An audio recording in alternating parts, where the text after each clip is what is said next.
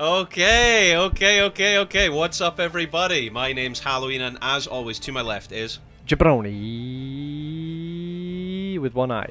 Jabroni with one eye. And tonight we are going to be your casters for the inaugural event of the All Hallows Cup. This is going to be the first of its kind, but we're hoping for many more. And essentially, this is a single elimination tournament where we are going to fight our way through the best of the European teams that they've got to offer outside of the HCC, all the way down to a grand finalist who will take away that sought after first place cash prize. However, there is a second place prize as well, because we want to reward getting that far as well. And of course, if anyone from the audience chooses to place a donation, and we'll mention this throughout, across either of the two channels that we're broadcasting on, those donations will be used to top up the prize pool, and we will then offer that because we want to support and encourage this level of competitive gameplay that is somewhere above Division 1, inside the Open Division, and yet just outside of the Crucible, because that is a very strong tipping point of competitive play, and we want to support it and show it and demonstrate it here tonight, live for your audio-visual entertainment at Halloween Heroes. Don't we, Jabroni? Yes, everything you said sounded correct and very true, and you said it with such passion that I am now even more passionate about the All Hallows Cup taking place over the next 2 days. Okay, so what we will do is we'll just take you over here to show you the schedule that we are working to. So, as you can see on screen, I'm noticing the chat are already pointing out Jabroni with two eyes but one eye. That's very clever. Anyway, so what we're saying is on screen just now you can see that the first series we're going to show tonight is Project Hive, who were one of the Open Division playoff teams that came very close to getting into the Crucible as well. They were very good, so I'm looking forward to seeing them up against Epic Esports. Epic, now many people in and around Europe will be more familiar with the name CoinFlip.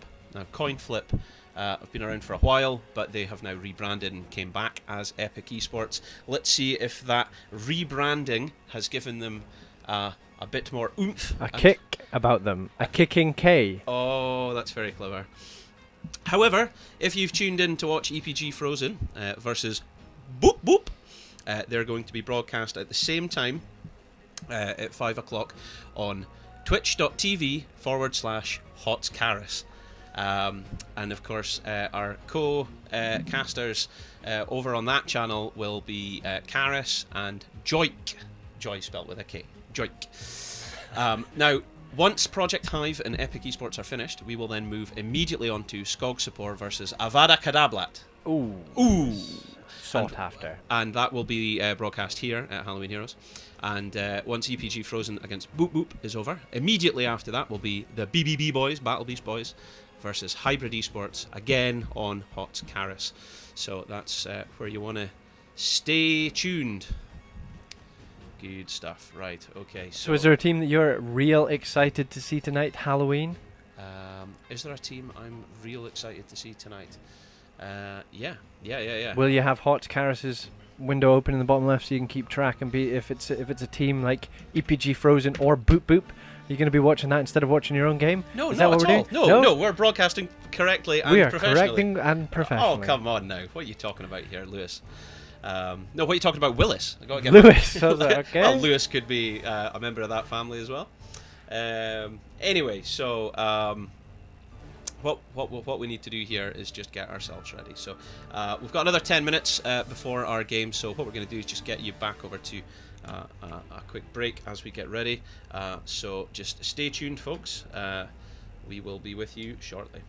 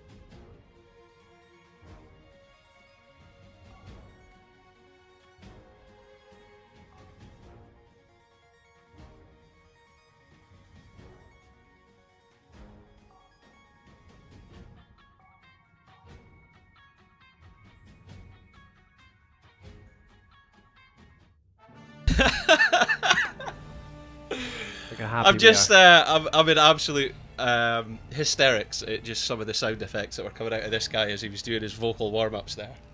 But I'm warmed up. Are you, Listen, yes, are see, you I warmed can up move. now? Red leather, yellow leather, and all that stuff. Lemon face, ooh, lion face. I think all I need that to kind turn of my stuff. microphone down because I could see it just redlining there at my laugh there. So yeah, we are nearly there in getting us underway. Yes, so Nearly as there you and getting saw us from underway. the schedule screen there, we are about to broadcast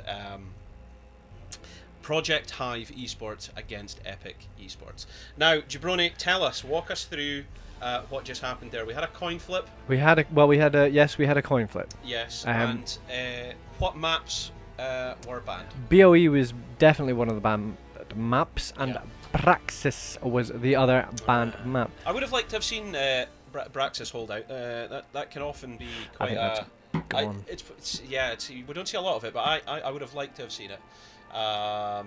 So we are. Where are we going then? We are going to Volskaya Foundry. Very excited to go here. This was picked by the blue team, which are the Hive Esports. Yep. So I wonder what Epic with 2Ks are going to come back with. Are they going to have a draft set out for this? Or Epic, of course, being a German team, they were put forward after winning the Zurich game show. Ooh. So what happened was they're one of the few teams here in Europe that have got LAN experience. Which obviously counts for something as well, because we've discussed this before, how heroes like Tracer become a bit more viable and things because of their the limited latency that you get on the LAN gives you that additional fraction of a second to do your point and click skill shots and things. So it's always interesting to see when a team with LAN experience that actually comes out on top, having won a competition like that, comes back into something like this. So interested to see how they fare up against Hive Esports. But Hive, they did very, very well in the playoffs, all the way through the Open Division Cups, and then worked their way into the Open Division playoffs, and then again did very good. And in fact, out of all the cups, out of everything, they had Enabler become MVP of the Open Division last season. So we've got two teams that are about to play off against each other that have shown to be very good. But the beauty of this, by the way, Schleck the Butter, that is now following us, thank you very much. Who I'm assuming? No, Schleck the Butter plays, yes, possibly. Sorry. Yeah. Don't throw me off, I was talking about something there. What was I about to say? All I said was assuming. No, but I was... MVP of the yes. Open Division. So what I was going to say was every team throughout this bracket, all of them, there's so many names here, so many stars, and so many good teams. That is what I'm so happy to be able to present to the audience here, is that the All Hallows Cup, as we continue to progress and continue to show it, is always going to show genuine talent here. Genuine. No snake oil elixirs or nothing. It's genuine talentors from us. What's the chat saying? Is anything happening? Do you know what the chat's probably saying? That they heard Alexa going off in the background there, and I shouldn't have said the name. And she's not lit up. It's okay. No, okay. She ain't listening. What is the OD? The audience are just asking about that, but. Yeah, the Open Division. The HTC Open Division, of course, that you can enter, win your way through, and depending on your position with the points that you've accrued, by the end of it can then win an opportunity into the Crucible, which two teams in the Open Division did, which were the E-Punks and Holy Bananas. They didn't both win, though, I don't think. Well, that was going to be my next comment. So I thought you said two teams were in. They made it to the Crucible. Oh, to the Crucible. In the Crucible, how did they perform? Yes, one of them won and one of them lost, I'm pretty sure. Which is, I suppose... Swings and roundabouts. Yeah, for sure. So, thank you, Naffers, for pointing out that I'm looking fresh with my fade. Thank you. Excellent. As I say, we're just waiting for our teams to get underway. Let me just see if I can get that sorted, and we'll be right back.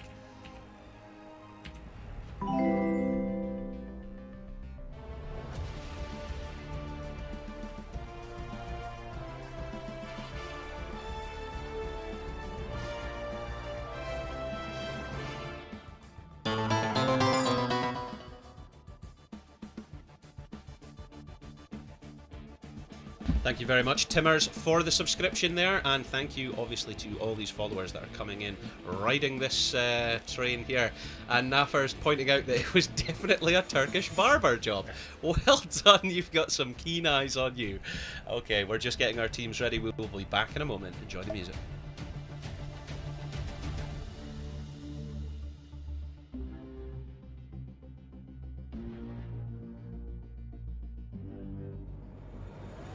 Also, yes, Jabroni's just pointed out that someone in the audience has just pointed out that song Despacito. That was the first thing that Jabroni did when he walked into the studio, was started that, and then it started an Amazon music subscription, which I'm now trying to figure out how to cancel. But I'm not doing it right now. We'll do it later. Okay, just we'll be right back. Thank you.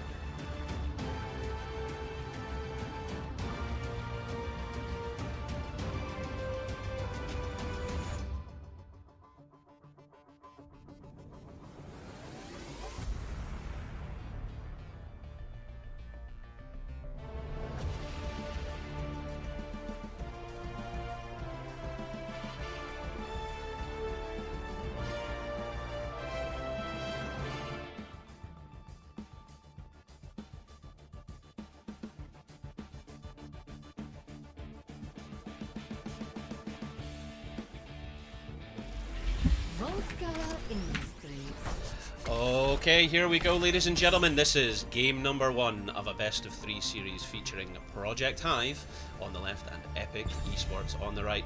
My name's Halloween, and as always, to my left is Jabroni with 2 eyes, but spelled with 1.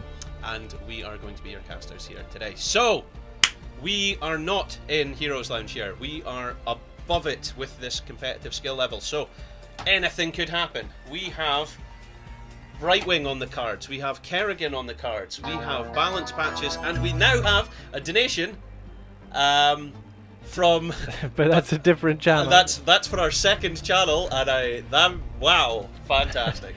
Thank you though, because that will be going to the prize pool, as Halloween has stated earlier. Yes, so that all goes towards the same prize pool. So donating from either of our channels will go. You're looking for the commentary there. So Tyrande has been banned out, eh?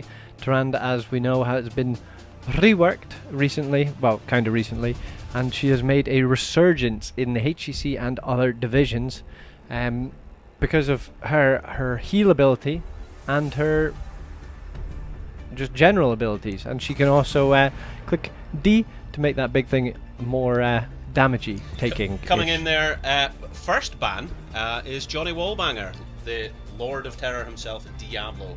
So, banned out, and that speaks volumes for Hive.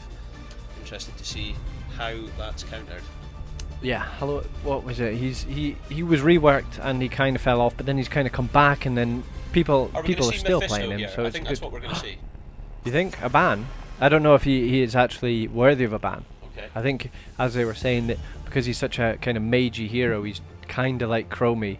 And then he's just got this one ulti that can be interrupted, so he isn't as overpowered in high levels of play. Okay. He's not just, everyone's kind of low after this weird 2-minute team fight in silver and bronze, and then he just kind of clicks R and everybody dies. I think it's more counterable when you're better. So Yrel has been banned out, the solo laner of solo laners, and also Kerrigan, because we are on the live patch where Kerrigan has been reworked and she has been strong with a kicking K. So they want to stop Epic with 2 kicking Ks from getting the Kerrigan. Well, I think your alliteration of the letter K is getting dangerous. And let's see what happens here. So Maiev. Oh, now that's the Halloween skin. Very nice. Hopefully we'll see more of that. Which is on point considering what tournament they are participating in here. The inaugural Hallows, All Hallows Cup. First pick of our first match ever is Maiev in a Halloween skin. Excellent. Let's see if we can follow suit with that. How do you counter that? What do you think is going to be our first and second picks here? Well, we have seen people like Shohana picked as the tank into her because she can blind the Maiev. But instead of that, you can just jump away from it if you get tethered with a Muradin. Death is beyond their reach as they pick Malthael, and Muradin coming in there as well. I wonder, so the Malthael does percentage-based damage on the big guy, but he does have to get close to it.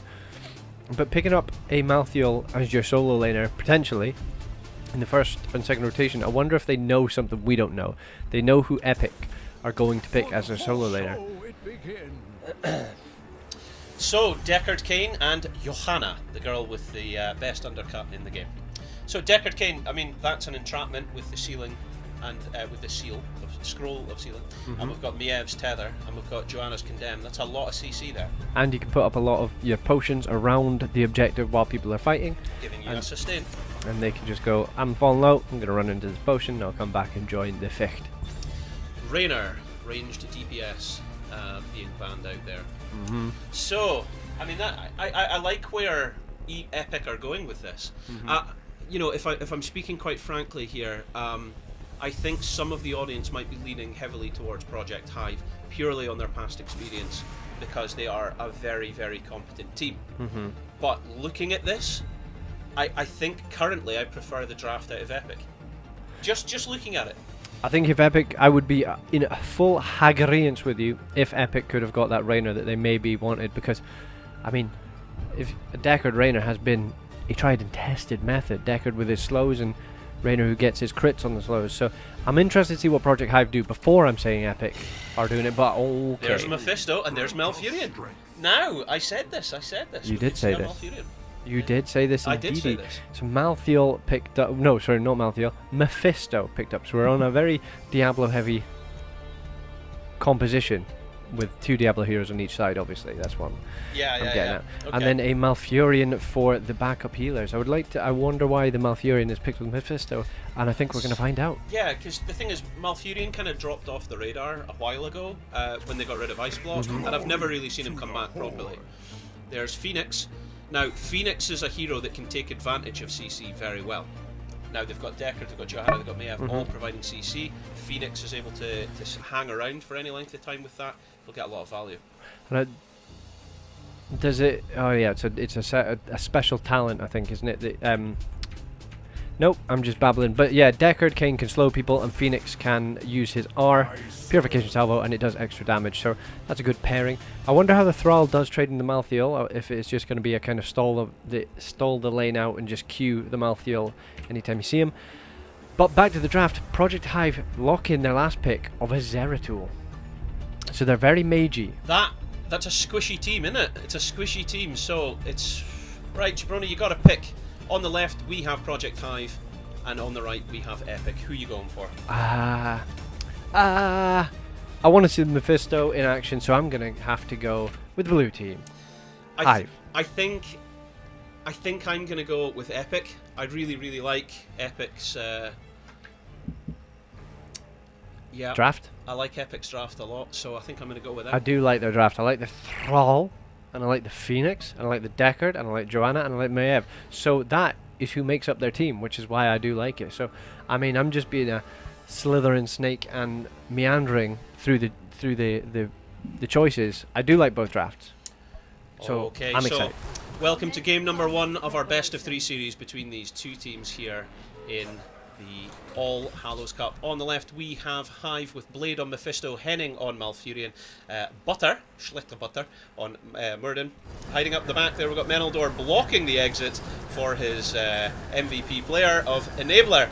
Nice. Jabroni, would you like to introduce the other team? Yes, so you have Epic in the red team, and you have Mangar on Deckard, Zervas on the Phoenix, Drigath on the show. It's not Johanna, that's Maev.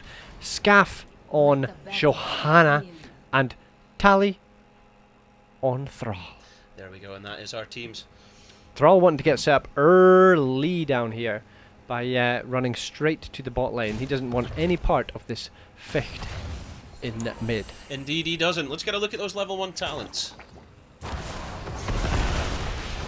we're going to the normal Q build for Zeratul. I don't think I've ever seen a high level game like this with anything other than the Q build on the old Zeratul.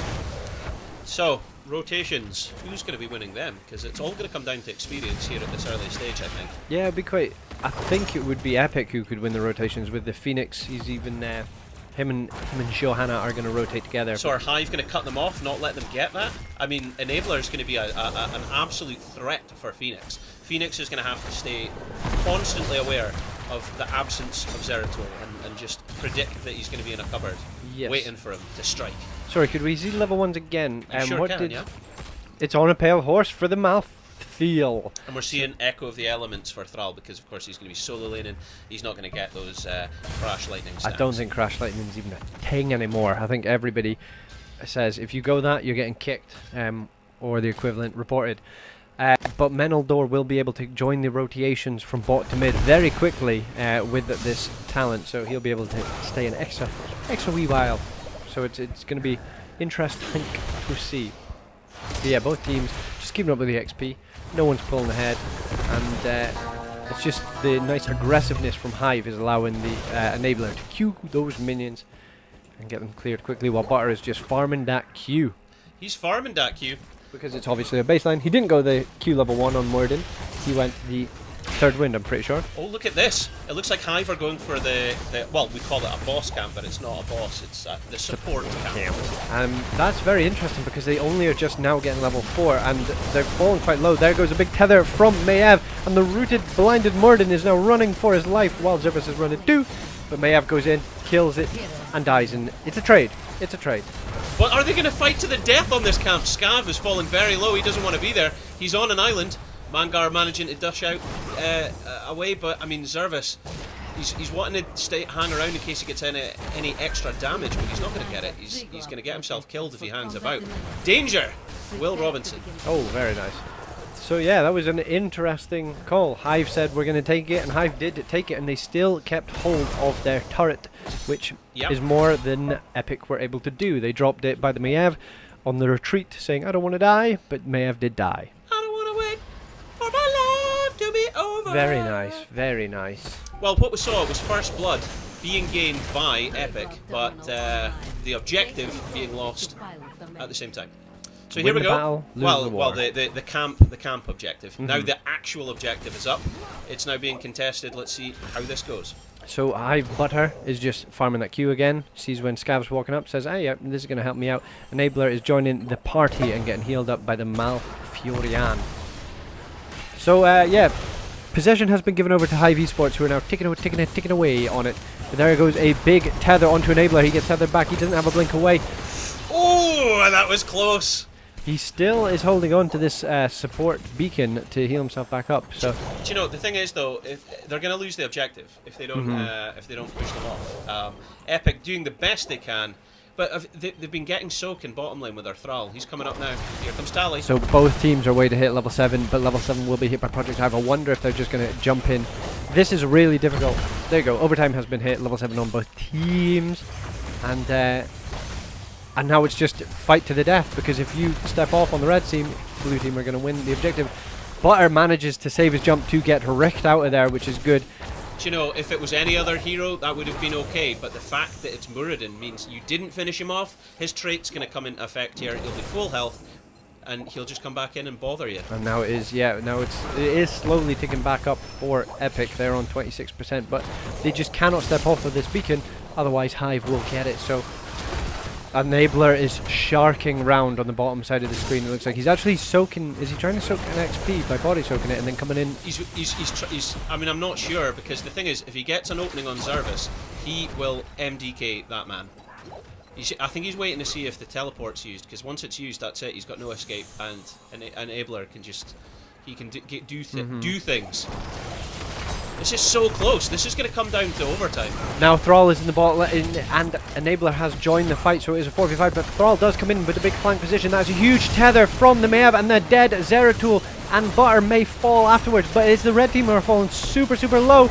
Oh my word! Phoenix does finally go down, taking with them a significant portion of their damage. The health bars on the side of Epic Hydroids are so low, and Thrall dies next. There goes Blade getting in the back line, and he does manage to help kill the Deckard. Is it going to be enough? Mayev next. They could have actually went all the way to a 5-man team wipe. Round of applause to the huge success that came out of Project Hive there. Well done. That was incredible. So now they're going to get some work done. They'll take that wall and then change lane. And unfortunately, that has now given a full level lead to Hive, Project Hive, sorry, and the Protector. So these towers are just going to be taken down for free, putting them closer and closer to level 10. Indeed, indeed.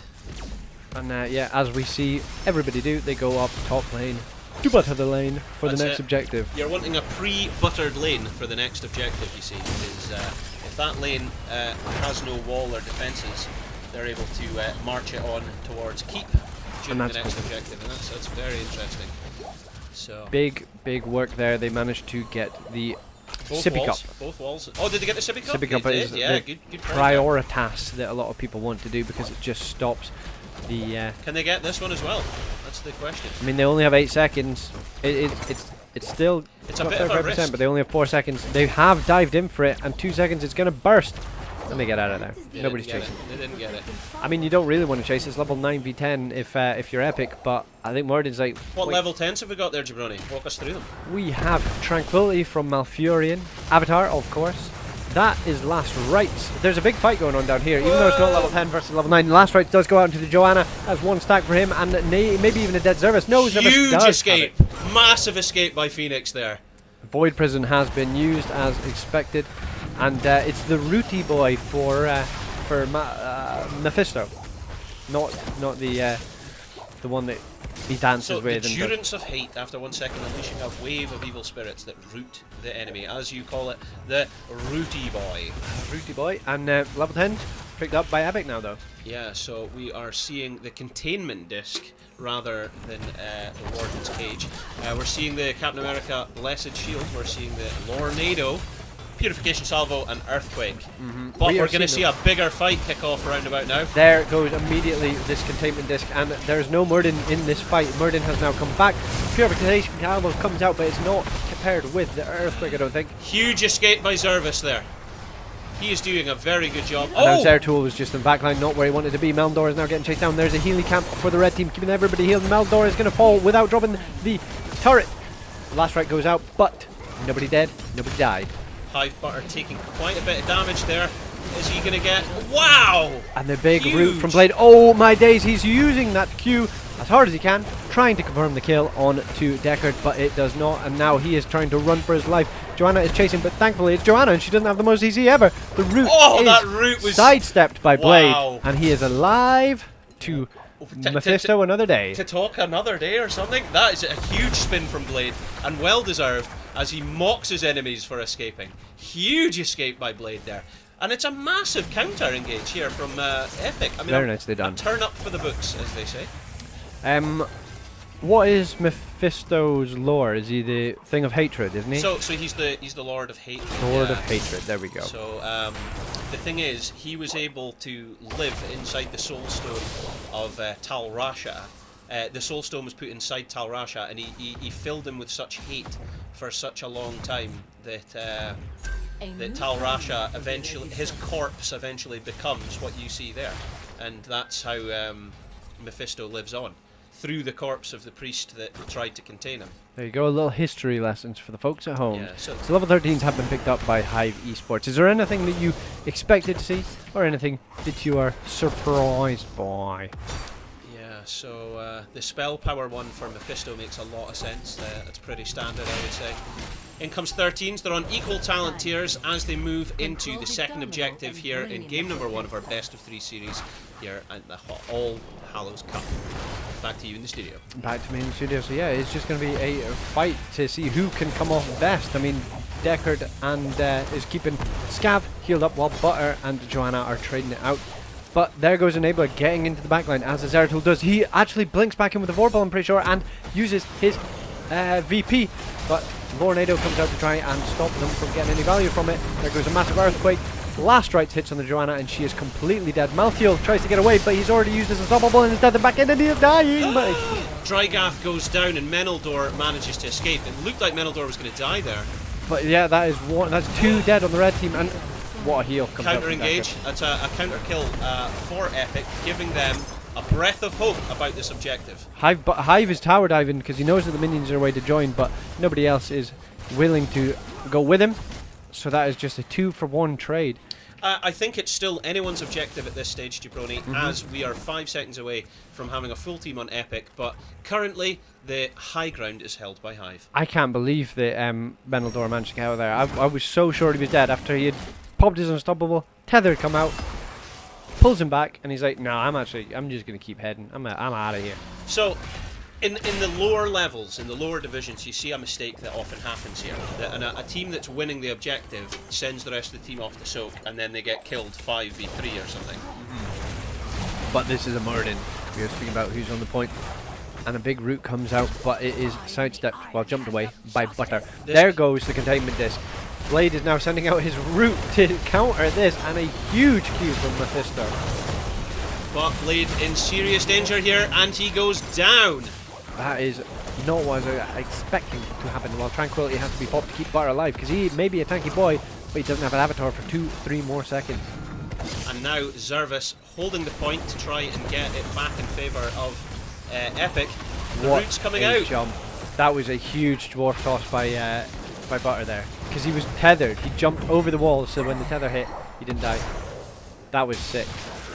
There's been some incredible moves here already. Last Rites has been popped, by the way, but it was countered by the heals of Deckard. Oh, a 2-man VP, and they're just going to try and burn down Scav, but there goes a Lornado trying to keep him alive. Thrall fancies it, drops the Earthquake, runs in, and as the slow comes out from the Earthquake, there goes Purification Salvo, and it kills the Zeratul. Big root coming out now onto the point. It's overtime for High V Sports, so they just have to stay on this or push the red team back. I don't think the red team are going to want to do it. Joanna is dead, but you still have your healer. You still have 2 tanky melee heroes, but they're just going to give it. I think they don't want to give level 16 and a protector, so they're just going to run, but I don't think Zervis got the message. He does have an escape. He did have his E up. Beautiful. Beautiful, beautiful. Very nice play from both teams. I know that that's another objective for Hive to for the actual, Hive, yeah. Hive are going to get some work done here. They're going to be able to march this down to pre-Butter the keep wall now, and that puts you in a very dangerous position. The Dire, that's exactly what I'm talking about. Bukev has just said in the chat that is a slugfest. It was so back and forth, but then they just had on Epic side they said, we aren't going to win this, and we don't want it to snowball out of control. We're just going to back off. So it was a great ficht. Absolutely, absolutely. But they are coming in hot here as Scav's trying to use his unstoppable and gets destroyed even after Iron Skin was popped. I mean, that's Light's last right to bring in Huge Joanna value. down to a very low health pool. And I mean, if you've got an objective, a protector slamming into you as well, it's just going to be lights out, last chance, death. Lights out, last chance, death. Called by Jabroni here in Gamer. There we go. So, Zervis and Tally trying to get out as much DPS as they can, just as early as they can, to this Triglav protector. Now, and they've lost their fountain. They do have a tower still up, but that could fall quite quick. But the fountain is the big one, because now Epic would have to run all the way back to bot lane as fountain by the keep to get heals during the next objective phase if the fight is a slugfest, which I'm guessing it's going to be, because it has been for the last 14-15 minutes. Yeah, it's just been incredible. Support camp has been picked up. This may be the fight that Epic won, because they are just one level behind. The unstoppable has been popped, and there goes the containment disc again. Look at, we're just, everybody's pressing R right now. Listen, wow, there goes, what? A massive root again from Mephisto, but it is there to fall first. The Earthquake is doing so much damage and slows, but people are just dying. It's actually 3 people dead. I thought the Earthquake was getting so much value there, because they couldn't move out of the Earthquake because they were fighting over the objective point. The support camp point. The thing is, though, I think that would have looked much better for Epic had they managed to confirm the kill of Butter. But Butter is just such a slithery little snake and managed to dwarf toss out of there to great success and managed to live on to fight another bit. Well, what level 16 have we got from Butter? Has he gone Iron Skin? Oh no, he went the extended dwarf toss. So dwarf launch. Dwarf launch. Which is exactly what we just witnessed there. And yeah, so that looked to me like it was going in Epic's way, but then I'm guessing with Blade, who's playing a hero that just does a massive AoE damage. If they're all grouped up like that, he is just able to put out huge value of damage, and the root helping as well. But I mean, you've got Zeratul jumping in the backline every time and just putting this VP on, and he's getting about 3 people. And so you've got a Yeah, you've this got is kind the of a time to counter fight, to I think, for Epic, and I think they cage. know it. It's not Warden's Cage, what's it called? Containment disc. Containment disc, that's what it's called. They've been getting good value out of that. Like, there's been no problems with that at all. You know, it's been very, very competent gameplay by both teams here. I don't know how long it lasts, but it seems to just not last as long as they want to confirm 1 kill. And then look at this. This is Mingen. Blade there was on the far left of the screen and is able to safely put damage out onto Epic because he just teleports back to where he was. Like, Huge. it's just crazy. He's got the best escape, but it's an engage escape. It's like Wormhole for Zeratul. You're in, you damage, you're out. Yeah, but as an escape from your enemies, it brings you right back to them. So that's the problem with it. I do feel that in many ways it's balanced because of that. It's an engage escape, not an actual escape. This is interesting. Okay, now level 20s have been picked up. So the fortification camp, not the fortification camp, will be stolen away by Project Hive because they go... The fornication camp? So the fortification camp. That is terrible. I mean, this is easy for Hive. They go... We can just butter up bot lanes because we have level 20. What do you call it? Death Shroud? Is that what it's called? No, Final Curtain. The final curtain from... Uphill here. We're not seeing it. What about the level 20 from Phoenix? Is that the indestructible one?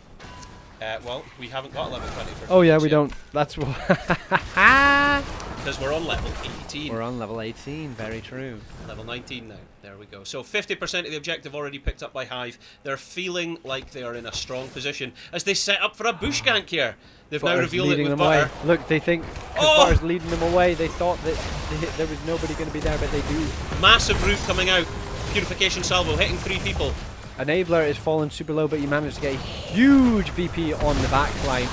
And that is one chunk and dead Deckard Kane. And they're just going to follow this up. Scav is next to die. And they're chasing and chasing and chasing. Drygath is trying to run away, uses the D to stop any further damage, but Blade is chasing even further. Oh my word, look at him getting out there. That is an incredible escape by Drygath. Well done. That is huge. And the Project Hive have 80% of the objective as well, and they get a free keep because of that. Oh, that massive dwarf toss. Oh my word. If anyone had ever questioned the 40% additional range of dwarf toss, then there you go. He got a double stun off the Stormbolt and then managed to just confirm all those kills. Very, very nicely done. There goes Miev, and with that, it's an enemy team dominated. The keep is down, the objective's been won. Hive are moving in to close this off, finish the game. It's going to be game number 1. It's going to go in favour of Hive. Jabroni, what have you got to say? I mean, just huge, just very well played by both teams, but I think Project Hive, this must have been a practice call because it was so all in and it was just so hefty that, I mean, there you go, there's not much you can do. And with that, ladies and gentlemen, it is GG. Wow. That was something. That was something. So that's us back. There we go. We are 1 game. Well, do you know what? I think I can actually just show this up here as well, just for a minute. Let you see it. Jabroni, would you like to discuss that? I will. I mean, look, Mephisto, as no one is surprised, sorry, had the highest hero damage just because of, I think that's what they're saying, that if you can get it out, it's crazy hero damage. Phoenix as well, following up on the red team, getting a crazy amount of hero damage. So, very nicely done. I'm impressed. Impressed I am. You are impressed. 18 Absolutely. kills to 9, so double the amount of kills. Absolutely. Okay, so with that, we could move on to the second game of this series. You've got a nice dono there as well. That's adding to the prize pool from Mistography. A nice amount of money, which will go to the winning player. Absolutely, absolutely. Winning players. It's a team game, remember, guys. Okay, so we'll just quickly show you once more over here. This is the current schedule that we have for you here, and we can just update that. We are currently into the first series between Project Hive and Epic Esports on channel number 2, which is twitch.tv/HotsCaris. We've got EPG Frozen against Boop Boop. So we will be right back in a moment, folks, if you just want to stay with us. if I can. And we'll have the draft and everything Yes. set up, ready to go.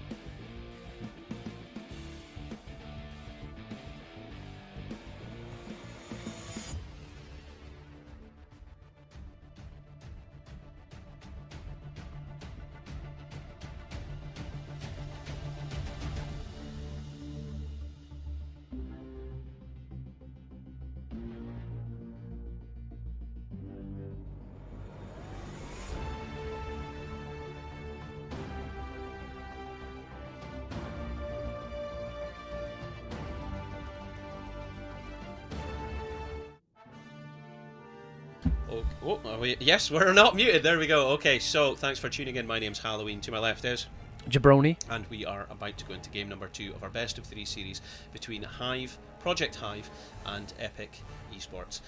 Slugfest of game number 1. Very exciting. As Bukev said, I think that was the most fitting way of putting that. For sure. We're now going to go to Towers of Doom. Towers of Doom is going to be our second map. Now, before we can go into that, the teams have requested a short break, so we will go to the break screen. You will see the timer from there, and we will be right back. BRB. Go get popcorn or something. Boxing gloves for the next Slugfest. Okay.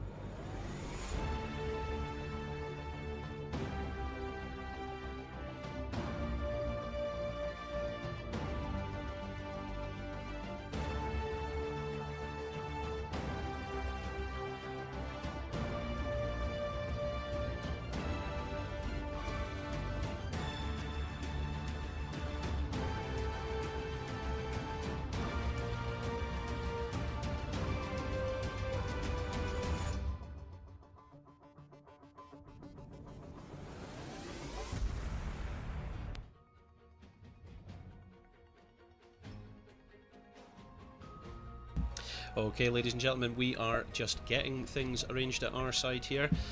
Yes, there is some chat in the audience about what the prize pool needs to get to before Jabroni puts a gun show on for the audience. I'm happy to say a £50 donation, up to £50 donation would do that work. I think we've had £3 of donations so far, but yeah, if it gets to 50, so we've got 47 to go, oh no, then we can get a gun show on the go. What? Yes, Jabroni. That's what the audience want. You give the customers what they want. That's how it works. What are you going to do? I'll laugh. I'll present the show. I'll operate everything here. Right, so just bear with us 1 second, folks, as we get this game ready for you. We're going to go into the draft. We're going. Where are we going, Jabroni? We're going Towers of Doom, like we said, and this was picked by Epic. So, excite to see it, because this could then bring the series to a 1-1, taking us to a third game, because they are best of threes. Threes are the best. Best of three. Here we go. Game number 2 of our best of threes series, as you just said. DOS, if you are from a different country, or Zwei, if you're from Germany. So, yeah. £100 that it's taps up. Oh my gosh, that's ridiculous. Okay, so are we going to see Diablo banned here again? First pick, do you think? Posible, which is Spanish for possibly.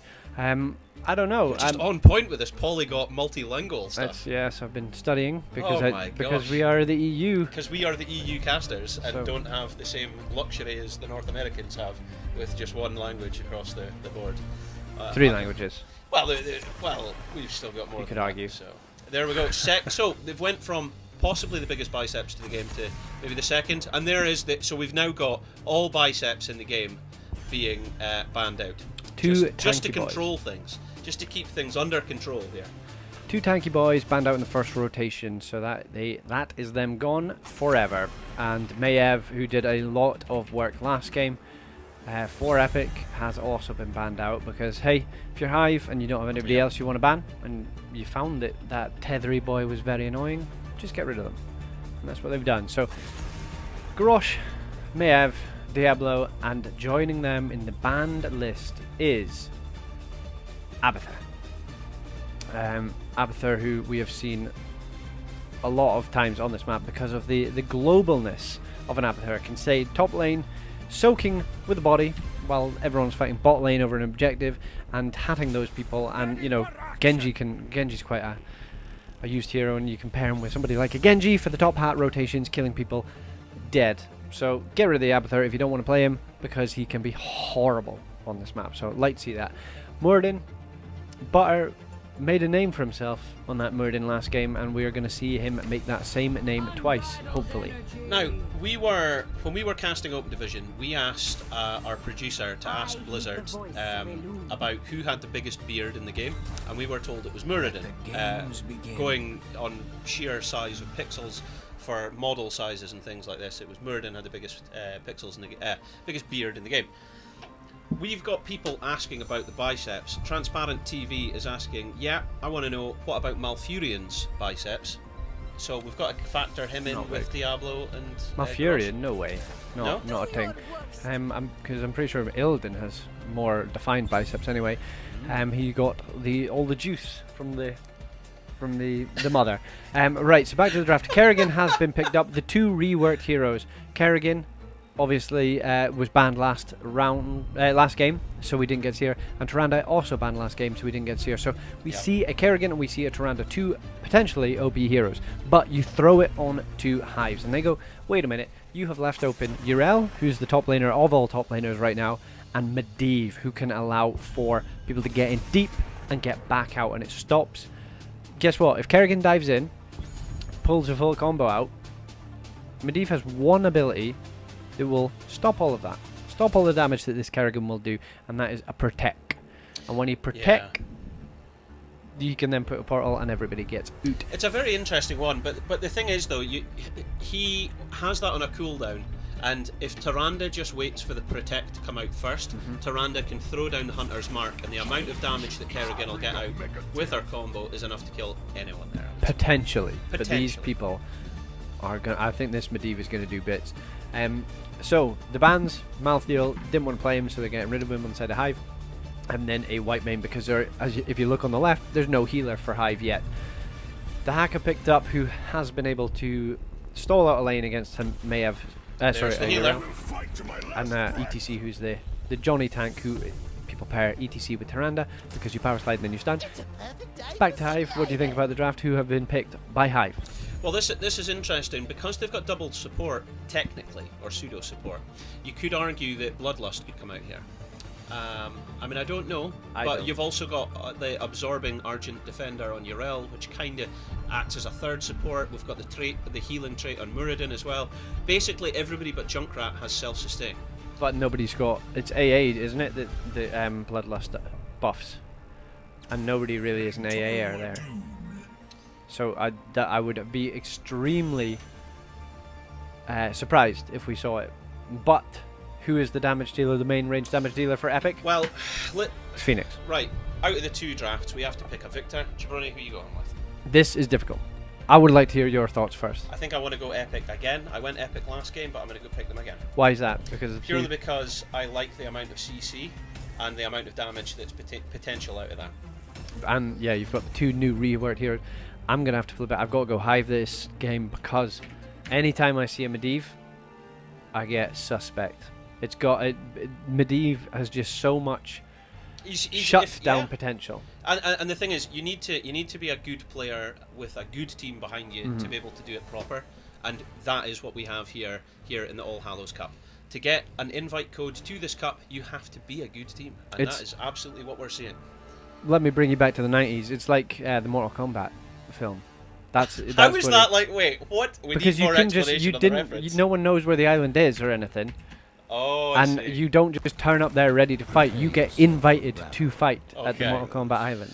Alright, on the right, in our second game of our best of 3 series, we have Team Epic in red. We've got Drygath on Kerrigan as the Queen of Blades. We've got Dahaka doing a little spin for us there as Tally. We've got Zervas again on Phoenix, Bangar supporting with Tyrande, and Scav tanking up front with TCE. Jabroni. Project Hive in the blue. You've got Meneldor on Hrel this time. Butter on anybody else. It's got to be Morden. Henning on Rhaegar. Enabler on Junkrat, and Blade on the Medivh as a Metal Bird Owl thing. Metal Bird Owl thing indeed. There we go. So we're going for our traditional little scrap in mid, but we're seeing in bottom lane for some early soakage, not spied out by the Metal Bird thing, is Epic. So are they just going to clear the wave and then Dahak is going to borrow top or something? Is this just to set up an early laning to give them a little bit of an early advantage? Yeah. Cyril has moved top lane. There goes. Oh, look at that juicy escape by Tally, mocking them. Manages to get out just before the wave impacts him. Fantastic. So am I right in thinking that Tyrando's level 1 there is the spell damage reduction when she heals somebody? I think it's 10 spell armor. Kaldorai resistance. So that has been reduced from 15 recently to 10, but still seems to be the preferred pick, especially if you're going against Marie. 20% damage reduction. You know what I mean? It's still pretty good there. Very nice. Very nice. Very nice. So Butter has found himself a Scav, or Scav has found himself a Butter, and they just had a little fight in a bush, back alley, and then Butter says, "I don't want any more of this. I'm gonna hop out of here." Hop out of there. And yeah, so what's the level 1 from Medivh? Sorry, that's not the one where he puts. Oh, it is. Yes. Manually place portals. Manually place portals, so it allows for a bit more flexibility on getting your heroes out of danger. Both teams neck and neck for experience, but I can see that they're both playing their heart out to maintain this, because it's very, very close. Both teams taking up sapper camps almost mathematically at the same time.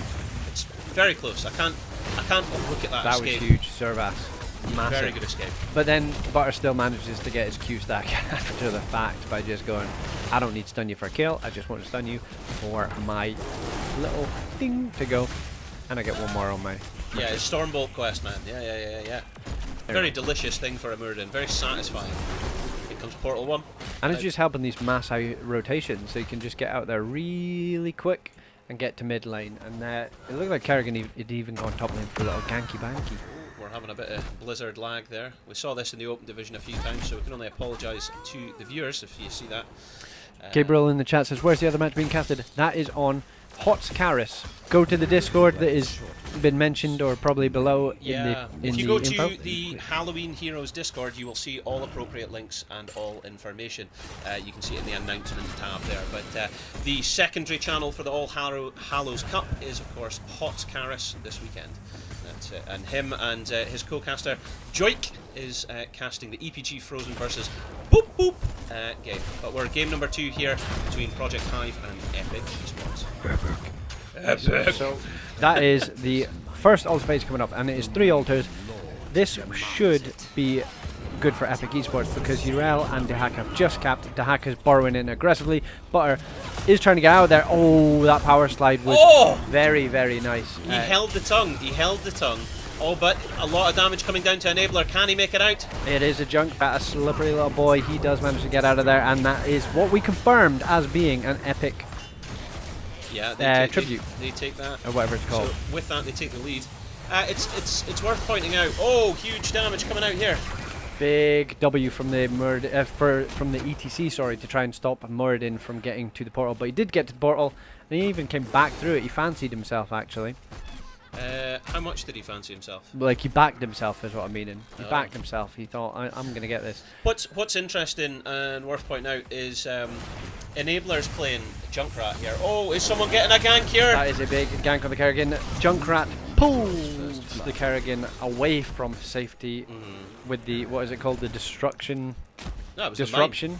Disruption mine, that's it. Oh, yeah. Ooh, Mangar with a massive lunar flare there. Stunning. An advancing Butter. And it does allow for Phoenix to cap the camp, and you do have the sappers not being stolen away. So it's the experience that they gain there, rather than anything else. But yeah, what I've been trying to point out here is Enabler, when he won MVP in the playoffs for the Open Division, he was it was mentioned on Twitter for his play on Junkrat.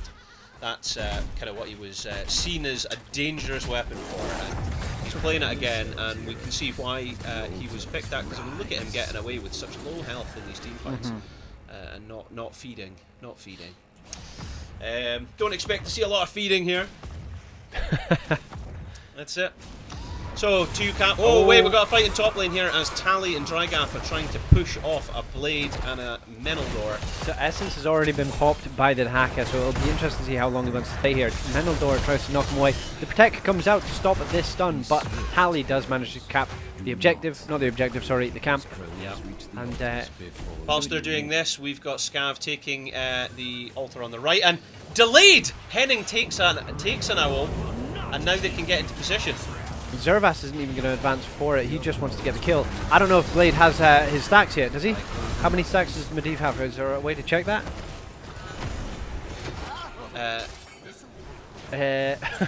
No. No. Okay. Unfortunately, we don't know, but we will if he dies. Yeah, we can see it here, I think. No, you can't. That's a really weird. That's very helpful. But no, we don't know how many stacks he is on yet. Because that could have been squeaky bum. Well, that would have been squeaky bum time if he was on 39 stacks and everyone starts all-inning the Medivh. Everyone's been there and everyone's had that terrifying notion. Bot lane, though, they fancied themselves a Zervas, but Zervas says, no, I'm not going to serve you that kill, and I'm going to teleport out of here. And for more bad jokes, stay tuned here at Halloween Heroes. Jabroni will be here all weekend. So they're chasing this Kerrigan down. What a sidestep from Drygath. That Q could have been the death of Kerrigan. Yeah, yep.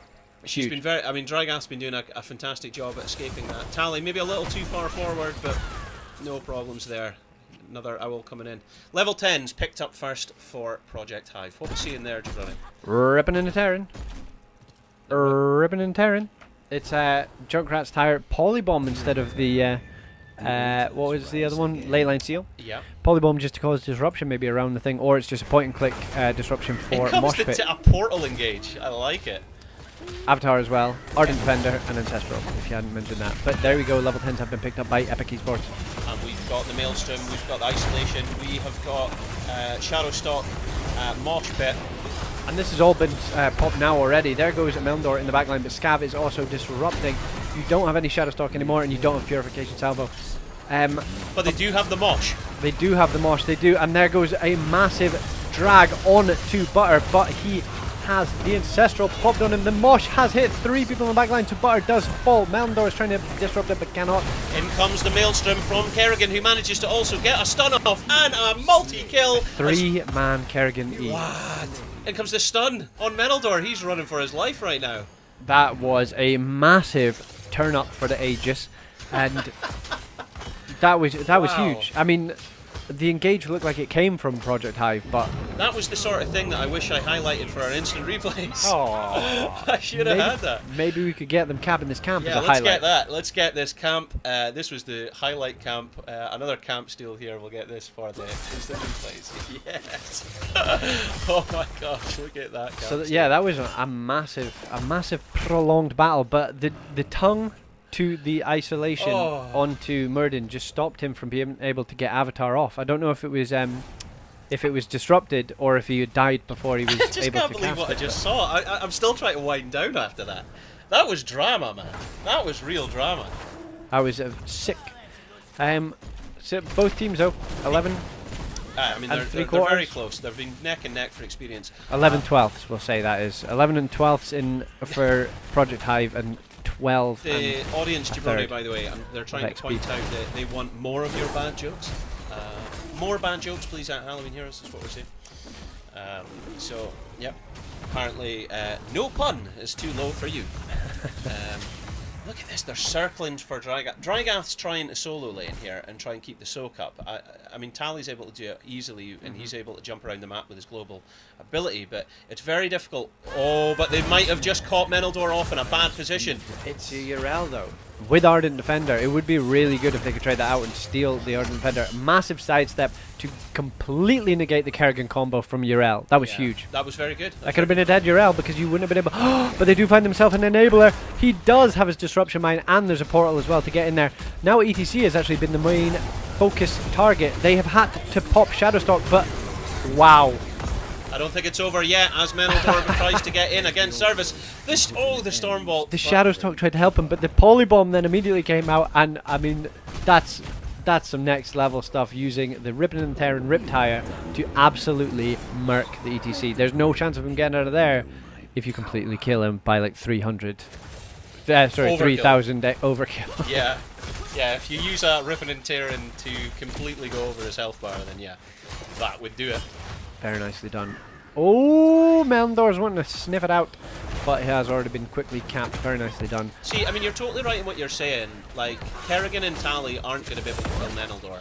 They're just not. But if they can bait or debate out that Argent Defender, it won't be available in a team fight, and not having that in a team fight will be game changing, especially if Scav is able to get off like an epic 3-man mosh, which he has successfully done already. Yeah. I mean, someone in the audience was calling earlier, oh, we're about to see 9-man moshes here and stuff. So, like, yeah, everyone just presses Y to dance inside his mosh. So, yeah, massive. Yeah, because it's a huge cooldown. It's like 120 seconds for Argent Defender, isn't it? It's massive. It's huge. Oh, they've had to pop it. She did have to pop it. I didn't even see that. Something happened top lane. I was too busy not looking. Well, full health there. Full health, but that is a 90-second cooldown for Ardent Defender. This is a strong position for Epic to be in now. Oh, but they find themselves in ETC. He does have a added W on the ETC because he talented into it, and he manages to pop that and walk away without dying. I love that. There you go. Murden's finished his level 1 talent quest. Okay, this is exciting stuff here, ladies and gentlemen. We're in game number 2 between Project Hive and Epic Esports in round 1 of the All Hallows Cup. Interesting to see what happens here. Yeah, well, what we need to see is either Hive getting this to equalise, or Epic taking this to cement their lead. Oh, in comes... Purification Salvo comes out and it is hit, but nobody has fallen. Yrel is now joined the party after Dahaka has, but Mangar has been capping this entire time, and that is another altar picked up by Epic. So Epic are actually now winning, but sorry, they were winning before, but they're still winning 24-16 on points. Can I just point out though, Yrel there, that was cool. Oh, Power slide on to Rhaegar. The Mosh actually keeping him in, but Butter is... Butter dived in and it got Mosh as well, but you have a Polybomb to completely disrupt it. The protection comes out onto Blade. He gets an Ancestral, so there's no danger of dying. That is Ancestral popped. Your Polybomb will be back up soon, but burning that for a Mosh, that is quite a good trade, I think. It's dramatic is what it is. Yeah. It is absolutely dramatic. There's so much, there's continuously fights and it's a slugfest, it's a slugfest. As Bukev has called it. I just liked what Yrel did at the top left when capturing the altar. Knew that the Tyrande was going to throw out the owl, so stopped capping, moved around. The owl missed, and then by the time the owl had passed Yrel, she was already halfway through the next channeling, and so it was a very sick move. That I think the Yrel player will be happy about, but nobody witnesses it. And as a solo laner, you're always sitting there going, haha, I just did that. Nobody notices. Someone in the audience there just pointing out that I think it's Death Knight has just pointed out that yes, if any donations are placed this weekend at any point, that will contribute towards the prize pool for our teams. My gosh, what a huge escape from Scav there, but they're managing to counter attack here. I think they're going to give it up now. And yeah. Yeah, sorry, I was about to point out that, yeah, any donations made will just increase the prize pool for our first and second place. Manager has been capping. Blade has to come out of bird form to try and disrupt that. Thing is though, Dahaka's in top lane here. Dahaka's not even joined them. Oh, Dahaka there we is go. Now joining in the bottom. Yrel versus Kerrigan is the fight going on at the mid altar. Blade is really in the backline. Hopefully he can get out here before power slide. He does. That is massive. Ribbon and Terran goes out and it chunks down Dahaka and ETC, but they both have Essence and Healy Boys, so they're back up. The Purification Salvo, and it's going on to 4 people. 1 protect for Henning. And what he looks like he's getting out there. Polybomb there, by the way, because he slid in to try and get that mosh pit just earlier, and it would have landed perfect, but the Polybomb coming in, turning him into a sheepy, just absolutely turned that fight there. That mosh pit, I thought that was going to be a dead Butter, but he had his avatar popped, and they managed to prevent the damage being done. Mangar does manage the cap. It looks like what a stun from ETC, and mid lane is the next fight. There's still 1 altar, but you don't want to give it up. Drygath is full now, has had to pop his R, but dies. 1 stun comes out. Melndor and Henning are the lowest, but they're both Healy Boys in their own rights. So they fancy this fight. Big stun coming out from Tyrande. Oh, Polybomb's going to spread over to Tally there. They're going to give up this. They're going to give up this altar. I think that's probably a wise move at this stage. They can afford to. 4v5. You don't need to keep fighting if you have this. You've got, I don't know the math, but 20 to 12. That's 8. That is 8. You've got an advantage of 8, so you of course can give it up and not throw the game away. That's Jabroni. Quick maths. Quick maths. Do you know? I've got to say though, Blade's interruptions. Yeah, Enabler's safe enough. He's Enabler, man. But yeah, no. The thing that I was pointing out there is how much they were able to stall that bottom altar. Big protect coming out as well, because there was a lunar flare onto Butter and the power slide follow up. Very nicely done from Epic, but I guess that's why people hate Medivh, is because Hive was able to stop a dead Murden. You know? Tally managing to pre-butter that top lane to try and get some tower damage there. Whilst Drygath trying to save up mid lane, and we have Henning, Enabler and Butter taking bottom altar. But is there going to be an invade? Is it going to be enough? Ooh. They drop everything to prevent that bottleneck. That would have been a nightmare if Rhaegar got the hearth off and then the invade had come, because yeah, your healer would be back at base and everyone else would have been ficting, trying to get away from the big old chase. It does look, if it was anybody else but Murden, I would be a bit worried. The stun goes out from each other. What? You literally just said if it was anyone else but Murden. That was crazy. Deleted. Alt F4 QQ, boy, wiped off the face of the map. The interaction before was insane. Did you see it? So the stun, I think the power slide came out onto the Murden while Murden queued, so they both stunned each other, but it must have just hit. Then goes the lunar flare with the D, and everybody else put everything else in. And that's 1 dead Murden for the next altar phase, which is spawning in 4 seconds. Murden's dead for 30. They might have to give up both of them. And they can afford to, but it would be very dodgy because it would leave the boss completely open. Menodor will try to cap. Huge face melt coming in there, managing to allow them to stall this objective. Now it's going to be a 5-on-4 for the next 13 seconds. That was very early. I don't know if that was meant to happen from Tyrande. That was a very early... Owl coming out here. Henning managing to block it. They take that. Shadowstalk's down. I think that is why they backed off. Shadowstalk came out too early. Do you think there was? Or maybe the Shadowstalk was meant to be popped, and you know it was to help Kerrigan get in the back line or something. They have found themselves an Enabler. Enabler does get stunned. The stun from ETC afterwards, but guess what? You've got Medivh. He gets out, but there's a Purification Salvo going out, and it's actually Tyrande who dies from the potential gank. My God, this is going in. This is a slugfest. It looked like the hacker was even trying to burrow in there beside the Zappers, but did not. Must have been knocked out by the Yrel in the top lane. There you go, another amazing solo laner there, not getting the credit he deserves because he'll be like, haha, I managed to knock the hack out of his burrow. That was. And we didn't get. Do you know? It really looked like Epic were in the stronger position there, and then, like, suddenly they all died. But you have the Guardian of Kalimdor on your side. Is that what it is? That's what. Do you know what I mean? That you put all in, and then Medivh goes, "Hey, I can just click W, by the way," and then I've got a portal to get him out. They do find themselves a Yrel, but guess what? Yrel has. She has Ardent Defender. Yeah. Good trade though. Good trade. Yep. One Kerrigan. Well, they've got a problem now. Epic have got a real problem. They have. Oh my word! Drygath could have been killed there. That was a very good sneak past his opponents there, who are going for boss, but they've also got 3 sappers about to jump the fence bottom lane. So this is good. It's a very, very good position for Hive to come back into here. So whilst it was 8-16 just a moment ago, it could have potentially. It just removes the. It could have been 8 for 8. Yeah, it removes it because, I mean, Epic could have given up this altar and just gone boss and you know got the 4 shots from there, but they removed the boss, then they get the altar, and they brought it down to 8 apiece. 8 apiece. No, sorry, 7-8. Crowmag85 pointing out from the audience, it's the Guardian of Tirisfal, not Kalimdor. Get your lore right, jabroni.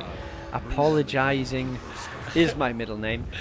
So yeah, they've actually, with that altar, managed to take the lead because it was 5 altars to 3 altars. Sorry, bell towers. So now it's 8 to 7. But they do find themselves in the Enabler. The Mosh comes in because they're just going to want to confirm this. But Hive Butter dives in to try and save him. It does not happen. They found a Hive Butter who has dived in. He does have his Hive back. He does have a leap back because he has rewind. He's had to pop his avatar. He's got his W. He's healing back up all of his W. All the while, Epic is. Sorry. I mean, they're sitting under an opponent's tower here. This is just incredible. And they get out. Oh, Kerrigan combo comes up with the cleanse as well as unstoppable. Wow. I don't think this fight's over yet. I think they're wanting to get back in. I think Butter still fancies it. You're not forming your Q anymore, Butter. Look at that. He's at full health though. I mean, it just goes to show. Enabler was deep, and that enabled the. I can't believe this fight is still going on. The Protect has already gone down. Oh no. So we're on a camera tour. Sorry. Oh my word! Look at this. That was huge. That was a very big. Look again though. They all in. Everyone in the audience is about to call camera tours here. Everyone. Medivh too strong. Protected, by the way, is what. Do you know what I mean? It's huge. They all in. Butter, and look, there goes another Protect. That's twice Scav's done that now. He's used Face Melt and ruined Drygath's, Mangar's stun. But this is a good position for Epic. They've now got both towers bottom lane, so if they manage to remove the camps from the equation, then that means that they have the better position for the fight. This is a really dangerous one for Hive because there's nowhere to retreat to if this fight turns sour, and it's potentially going to because Tally has burrowed into the back, but there is a massive route. Huge Purification Salvo getting 3 people. Scav goes into the backline. He doesn't have much for another 10 seconds, so Polybomb has gone out because he knows this. The cleanse stopping the drag onto Enabler. Butter receives the Ancestral Heal, and he is just in the backline doing damage upon damage. Nobody's falling overly low though. This is horrendous. Out comes the Mosh. 2 people are dancing their head off, and it's actually Torbus. He goes into Henning in the Rager, but Henning goes, no, I'm coming back at you, and he actually confirms the kill on ETC, so it's 1 apiece. Tank for tank, dead. Argent Defender putting Menaldor back to full health and making Zarvis a very attractive threat. But during that, Drygath manages to camp the altar, but pays for it with his life. Surely gets in a bonus kill. Yeah, Menaldor popped the self-cleanse and got out of there, but this is I don't think that's going to keep happening. Self-cleanse again, but Can she get out before the minions die? Zervis fancies it. He's still going in. Menaldor running for his Enabler! life. Enabler! Enabler! Oh no, imagine if there was queue up for the Kerrigan. She's like, I'll trade that.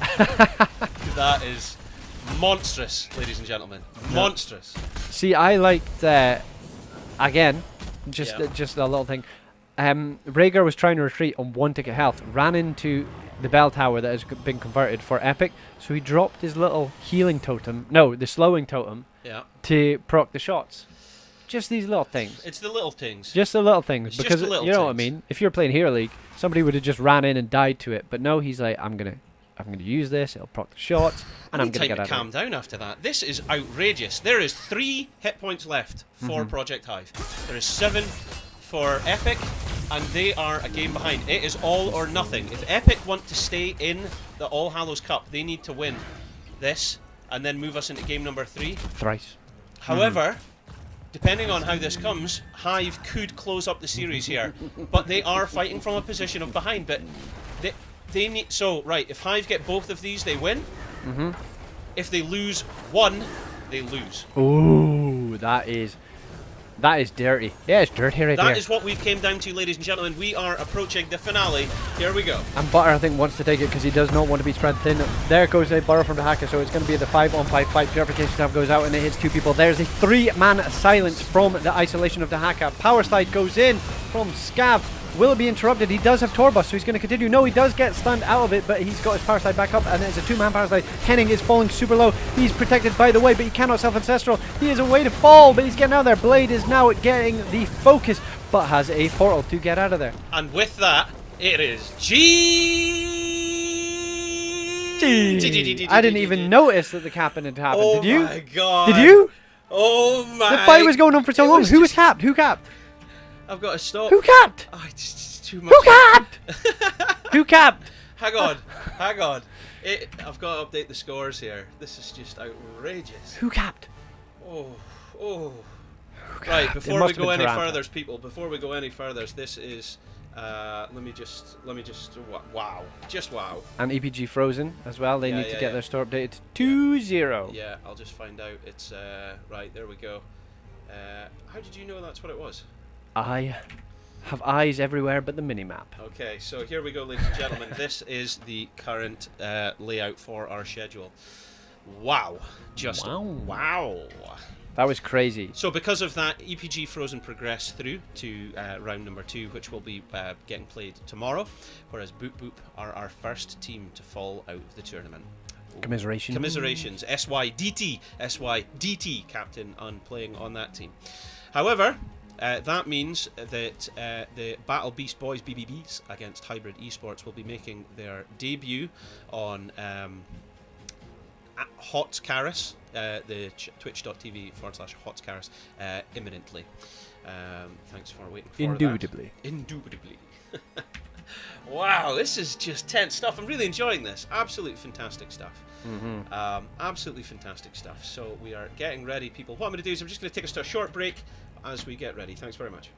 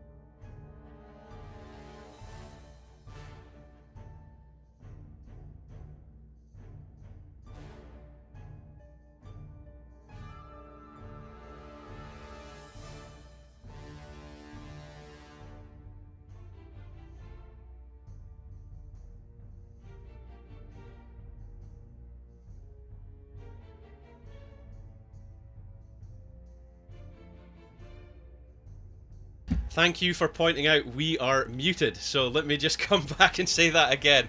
Thank you, welcome, thanks for joining us. My name's Halloween, to my left is... Jabroni the Unmuted. Yeah, the Jabroni the Unmuted, and I was just laughing and making a joke because he said it's the... I said All Hallows Cup, and then you went... I can't remember. You went All Hallows Cup. All Hallows Cup. Yeah, there you go. And I said, what's for the weird voice? And he said, it's because it's Halloween. Says, right, okay. So thank you very much. Who is that? Don't tell them, Julia, says Death Knight. Thank you. Who is that? Who? Glitzer. You win 1 point. Yes. Oh, can we do that? Well, I'll do that well, later. No, it's a virtual point. It doesn't actually... It doesn't go anywhere. We can do things like that. So you win 1 point. Keep that in your back pocket. For sure. Well, now, as I say, we're moving into game number 3. Have you told them where we're going? No, tell them where we're going. 3-line map. It's a 3-lane map. You right click on the objective. Yeah. And little boys, not little boys, but little skeleton boys form, and you kill them. And then you get 40 of them. There we go. We're going into the draft. It's Infernal Shrines if you couldn't have guessed that at home, but you should have guessed that because you all know Infernal Shrines. Yeah. Wow. So what do you have to say about this map? Do you like it, love it, hate it, loathe it? If you just bear with me 1 second. I'm doing something. Yes. Fill in the negative space. Sorry, just 2 seconds, folks. So yes, I think we saw a Kerrigan last map. We did actually see a Kerrigan last map. Kerrigan has seen play pre her rework on this map, so it may be an idea for Hive to ban it out, because I think you did see the value that Kerrigan can get. She just puts out a lot of damage, gets a lot of shields, and was quite a contributing factor to that win. But I mean, the ETC Tyrande combo of Power Slide to Lunar Flare was also very strong. There we go. Called it. Absolutely. I mean, there's no surprises there for anyone in the audience, I'm sure, because that was just an outrageous play by Drygath in the last game. Absolutely. So, what I wouldn't be surprised to see here as well is Enabler getting banned out as Junkrat. You think? Maybe they think that they can catch him out again, because... They did catch him a couple of times. Diablo, Lord of Terror, otherwise known as Johnny Wallbanger. Bang, into the wall, throws you about. Johnny Wallbanger. Easy. So what we're going to see then? I mean, so this is now to completely target bans against what the players can play very well in their compositions. Maiev got reasonable value as well, so there we go. Game 1. So they're all just picking on each other. No surprises here. But this is it. For both teams, this is it. If they want to progress and head towards that cash prize and stay in the All Hallows Cup, then they need to win this game. It's on the line. It's all or nothing. All or nothing. Yeah, this is quite interesting. Like you said, that is cool. It's gone the distance. It's gone the distance. It's I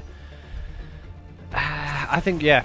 If we didn't see a Urel ban, we were going to see a Urel pick. She has to be involved in some way, and she does get banned. So it will leave the top lane open for somebody maybe a bit more unconventional, which will be interesting, because normally it is Urel versus Haka, Urel versus Blaze, Urel versus anybody. Avada Kedablat Mantis pointing out in the audience there that Hive is so scared of Drygath. That's it, yeah. Glory to the Horde, Thrall getting picked up. Now, Thrall, of course, was played by Epic in game number 1, so it'll be interesting to see how the talents differ and how the gameplay is done by Hive. Now, we're away to see our first 2 picks here for Epic. What they're going to prioritise. They've been prioritising CC so far. Are they going to continue with that theme? I wouldn't be surprised if they have a comfortable player. They could even go the Murden, take that away from Hive. Yeah. There you go. See, I'm not on. You guys aren't on the delay or anything. I didn't see that and then make that prediction. I just. You called it, right? We all know you called it. Well, the Murden has been one of the strongest characters for Project Hive in the last 2 games. So if you don't want to ban him, and you've got somebody who's good on him, just take him away. So the Murden will help all in with the Genji. The Murden will dive. The Genji will follow, or vice versa. Loktar Ogar, we've now got our second orc for Hive. And Tyrande. Keeping it Warcraft. Keeping it Warcraft. It's all Warcraft so far. Except Genji.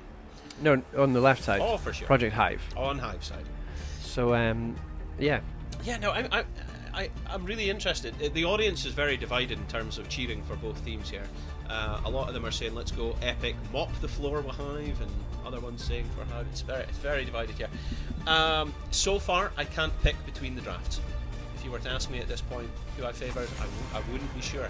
But banning Mephisto seems logical because on a very similar control point type map on Volskaya Foundry, they got huge value out of Mephisto. Yeah, he did do a lot of work. It was maybe one of the contributing factors. Yeah, that won them the actual the game. So a good ban. You don't want to play him, just get rid of him. He could blink away from the Genji, and if Genji's all in him, then it is a bit of a nightmare. Gul'dan. Fingers crossed for one day being able to see Reign of Destruction in a competitive game. But yes, Gul'dan getting banned out there. So next 2 picks for Epic coming up here. Interesting to see what they pick. Gul'dan, of course, being Johnny Waveclear for the objective, so they can completely get rid of him from the fight. So I do wonder what you're going to do for the Waveclear. You've got your Junkrat, you've taken it away from Enabler, and you've got your top laner in Blaze. They've taken Junkrat and they've taken Blaze. Now, I'm surprised this is the first time we've seen Blaze, actually. But, you think? yeah, I mean, Blaze is a fantastic solo laner, and he is a strong counter to Dahaka. And I think they picked Dahaka very early on in previous games, so their opponents could have done that. But to be fair, Hive were winning without the need of him, so we'll see what happens. Yeah, do we think Thrall is in the 4-man, do we? Okay. Nazebo and Zeratul. Now, there is a huge amount of damage there, and they've got a reasonable front line behind Garrosh and Thrall as well, so there's lots of combo opportunities, there is lots of damage there. I like Hive's combo, composition rather, sorry. It's a safer composition, the one that Epic's taken. It's certainly safer. Yeah, like Nazebo's not, you know what I mean, you Garrosh flip somebody, and Tyrande Lunar Flares them. Nazebo's not really the person you'd think first when you're like, and we can blow him up. You've got 20 seconds to do it. Who are you picking? There's no self-peel for Nazebo. I think it's maybe got to be Epic. But no, the Tyrande's too strong. I'm going left side. For the first time, I'm going Hive this time. Yeah, I think I've got to. For the first time. Ginger Dread Nazebo every time. I do think it'll be quite difficult. I mean, luckily for Blade on the Zeratul, he will be able to cleave a lot of the heroes that will be standing together in the Rhaegar, the Blaze and the Muradin, but... And just whilst we wait to get loaded into that game, I'll bring you back to our schedule here. So, underway right now on the second channel is the Battle Beast Boys versus Hybrid Esports. After the conclusion of EPG Frozen, who just won 2-0 against Boop Boop, featuring SYDT. And of course, we're now in game number 3 between Project Hive and Epic Esports. Exciting stuff, and Jabroni and I both at the moment, as we've just went through our thing, we've agreed that we prefer Hive this time. And here we go, taking us into game number 3. Jabroni, would you like to introduce Hive? Project Hive on the left hand side, Enabler not on Junkrat, he will be on Nazebo with the same match amount, Blade on Zeratul, Henning on Tyrande, Butter on Garrosh, and Meneldor on Thrall. And on the right, playing for Epic, we've got Manangar on Rhaegar, we've got Zervis running down bottom lane as Junkrat, we've got Scav tanking as Muradin, Tali this time solo laning as Blaze, and Drygath on Genji. On the Genji. So let's see how our teams go for their level 1 talents. Looks like we're seeing stuns echo of the elements there, and stuns for Tyrande this time instead of it. For Muradin. Which is what we've seen the previous 2 times, which I'm happy about. Unhappy about it. No, I like that. I prefer it rather than just the Qs being farmed. You've got a bit more survivability. Blade has found himself a Genji, and they're just having a little battle. Scav says, I'm going to put an end to this, and comes down and will just farm his Q up onto Butter. Butter gets a Disruption Mind or Concussion Mind or whatever it's called on to the enemy side of the map.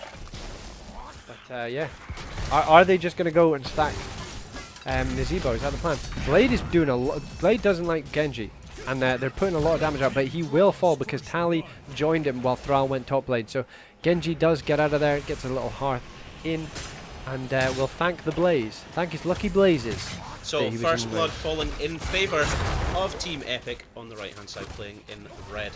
Yep. The winners of the Zurich game show. Interesting. Yeah. Interesting there. This, honestly, this is so so much closer and so much more dramatic than I thought it was going to be off the bat. Just purely looking at statistics and how things were working in the Open Division up to this point, because I don't think Epic have played in the Open Division. Yeah, would you expect to see Toads here against the three melee? Not at all. I would expect to see spiders all day long, every day long, because you get that spider on Junkrat, and if he doesn't have his boop, you'll get a kill. And you'll be able to throw the spiders a second time at someone else as well. Does put it all into one skill shot though. Puts it all in, so it'd be interesting to see. But the zoning utility of Toads isn't what you're looking for until, I mean, you know what I mean? You've already got so much like mobility, and you're going to be throwing the team fight all over the place with a blink from Zeratul, a throw from Garrosh. You know, you can't expect the Toads that you're trying to zone for to work particularly well. Yeah. Whereas I think those spiders are guaranteed unavoidable damage. And Blade goes down again. That's 2 kills. They found the Blade, and that is 1 dead Blade. But yeah, Garrosh is nicely on 6 stacks of his Q, which he'll be very happy about. And with that, a near full level lead for Epic Esports going into the first objective. No one's at 7 yet, but Mangar was there. I'm not sure where these guys are. I'm not going to step too far out in the lane for the rotate. Makes a lot of sense. Thankfully, Yep. They didn't catch the Mangar. If you're Epic Esports fan. So here we go. All in goes on Melendor, the stun and the swift strike, but it is Thrall. He spins his hammer and he runs away like Thor. So their whole team is scattered across the map to such an extent that I'm not even sure if they're going to compete. It looks like they're not contesting because of the close proximity to level 7, but Zeratul has found himself a Junkrat with Enabler. Enabler manages to keep him in the zombie wall, and Blade will be happy about that because it's Zeratul and he's melee, so he gets to sit in the zombie wall with him and kill himself the Junkrat. That is perfect because it allows breathing space. It allows breathing space. Yeah, there's no double soak going on by Junkrat now, and an objective. So would you say that's? I mean, that's the best case saloon for them. Yes. If there was a bar serving drinks, it would be called the best case saloon for them because, as you say. Dignitas were famously quoted as knowing how to win harder, and winning the objective and then also soaking a lane in bottom would be a win harder situation. What we're seeing here is Hive have prevented that soak in bottom lane, but they've lost the objective. They have. Hive Butter going in, just causing destruction on the backline so that the enemy, so that his team can burn down the Punisher, and that is a full wall and Sippy Boy taken by the first Punisher. Very nicely done. Very nice. Very follow there from G Delay 25. Thanks very much. G Delay 25. That's it. So level 7s by both teams, but again, the CP Soupy of XP is in favour of Epic Esports. They have hit level 8 first. Not really a massive deal. I mean, you can maybe catch up and get level 10 before the next objective on both sides. So let's see if it happens. But the top lane has been pre-buttered, and that can count for the next time it comes back up there, because you can often finish the game on that Punisher. Yep. Oh, a big stun goes out onto Enabler, but there's nobody wanting to follow up. That's a really cool combination between of Zeratul and the Antelope thing. That isn't. Yeah, it's very cool. Mangar getting caught out, Blade going in to deal some damage, but Mangar now managing to escape. Yep, that's the beauty of having a dive comp, that if you're stuck in, you've got a Murden and a Genji able to come in and help you, which is very nice. Give some breathing room, if you will. And look at these zombie walls from Enabler. He's doing a very good job with them, I feel. Yeah. Looks like a gank's getting set up here. Will he catch a Genji with his zombie wall? That's what we need to see. Oh, and Blaze goes down in top lane. Menaldor and Blade managing to secure the kill and bring back that breathing space that you were talking about and keeping the fort up with one hit point. That is massive. But that is a nice little bank of XP for Epic if they do want to go and take it later. But that does... Money in the bank, as Karis would call it on the other stream. That's crazy, because that stops the level 10 for Epic Esports. They would have that 10 advantage right now. Yeah, it's massive. So, I mean, they can't really push in as much as they want to. and level 10 will be picked up simultaneously. Yeah, there we go. Okay, so what we're seeing Gargantuan, we're seeing Void Prison, we're seeing Warlord's Challenge, Earthquake, and Tyrande. She's obviously going to take Shadowstock. Come on now. I think Starfall could get a lot of value here because everyone will be with an Earthquake. She's taking Starfall. There we go. What we got on the side of Epic? X-Strike from Genji just to get out of there. The bunker, the bunker is like the staple, but it has been nerfed. It's got a longer cooldown. Avatar for the Muradin allows him to stay in longer, putting out the damage, contrary to unpopular belief, because you know some people who go damage Muradin, they go Haymaker, but you go Avatar and you can actually stay in longer and put out more damage, is what people say. Ancestral Healing and Rippin' and a Terran. The Rippin' and the Terran Tire is a very useful zoning tool all by itself anyway. So they're going to get rid of that fallen shaman camp, and they've still got that fort up there. Yeah, nobody's out. I thought Junkrat would have put 1 Q out on it, but it was very nicely blocked from Project Hive. So Scav taking a very aggressive rotation here, hoping to reveal Blade, and he misses the Stormbuck. That was ace. Thrown away by Butter as well. Yeah, I would say less of a miss and more of a juke with the. I mean, that was sick. That was sick. Very nicely done. Butter has managed to complete his Q quest now, so he'll be very happy about that. But yeah, the fight goes on. Blaze is stuck in a zombie wall and he is chunked absolutely down. That is Scav popping Avatar, but he has got what is it? The D from Tyrande on his heat, so he's still falling low. He's going to have to try and heal up, but Blade is not letting his trait proc, especially when the spiders nipping at your heels. Those spiders nipping at your heels deal so much more damage than players really respect it for. And he can't be back to full health yet. He's only comes the Rippin' in the Terran. We've also got the Starfall being deployed. That is going to allow Tyrande to get more heals off, but she's getting chased. The X-Strike lands on Tyrande, but she gets 1 more heal off. Genji is chasing her and she's not able to AA because she's running for her life. That's Tyrande dead, and Blade is falling so low. So is Scav though. He did that was incredible. He manages to juke back and confirm the kill, and they actually, the blue team, Project Hive, pick up the Arcane Punisher as well. That was a fight. That was a fight. We are fighting. Oh, these guys are fighting. Oh my gosh. And an Arcane Punisher, of course, getting picked up, statistically the strongest of all 3 Punishers. And you've got an enabler enabling this guy. What? There's F in the audience calling us out, saying that, you know, Starfall's just a better ult anyway. Well, at level 20, I'm sure the 50% increased heal would disagree with you, but it's not a bad argument to point out how useful it is on top of an Earthquake. That is incredible. So, both teams have now lost a fort. It is neck and neck at this stage in game number 3. It is all or nothing on the line at this point. All or nothing. Right, so both teams are going to want to just get the map ready for the next objective, aren't yeah, they? this is a bit of a lull because they won't want to team fight. But what a nice scout from Scav, but Enabler had managed to cap the camp just in time. Just in time, as opposed to Carolyn time. That's it. I wish there was a way we could see how many stacks Enabler was actually on. Because we can only see his level 1 stacks of the Widowmakers. That's a spider reference, isn't it? Black Widow, Widowmakers. Yeah, that makes sense. Clever. Yeah, does that make sense? Yeah, that makes sense. It does. So yeah. Just the lull that you're speaking about. Both teams clearing lanes, trying to get XP. Yep. Maybe picked Epic, up or it might please be finish is what's being called out here. We'll see how that goes. It's level 14 to level 13. Blaze coming in, 2 stunned. Butter, the Rippin' in the Terran being called. Genji going in with a swift strike against Butter as well. But there's no follow-up because there's a 2-man Void Prism in the back. Starfall has gone out, which will keep people healed up.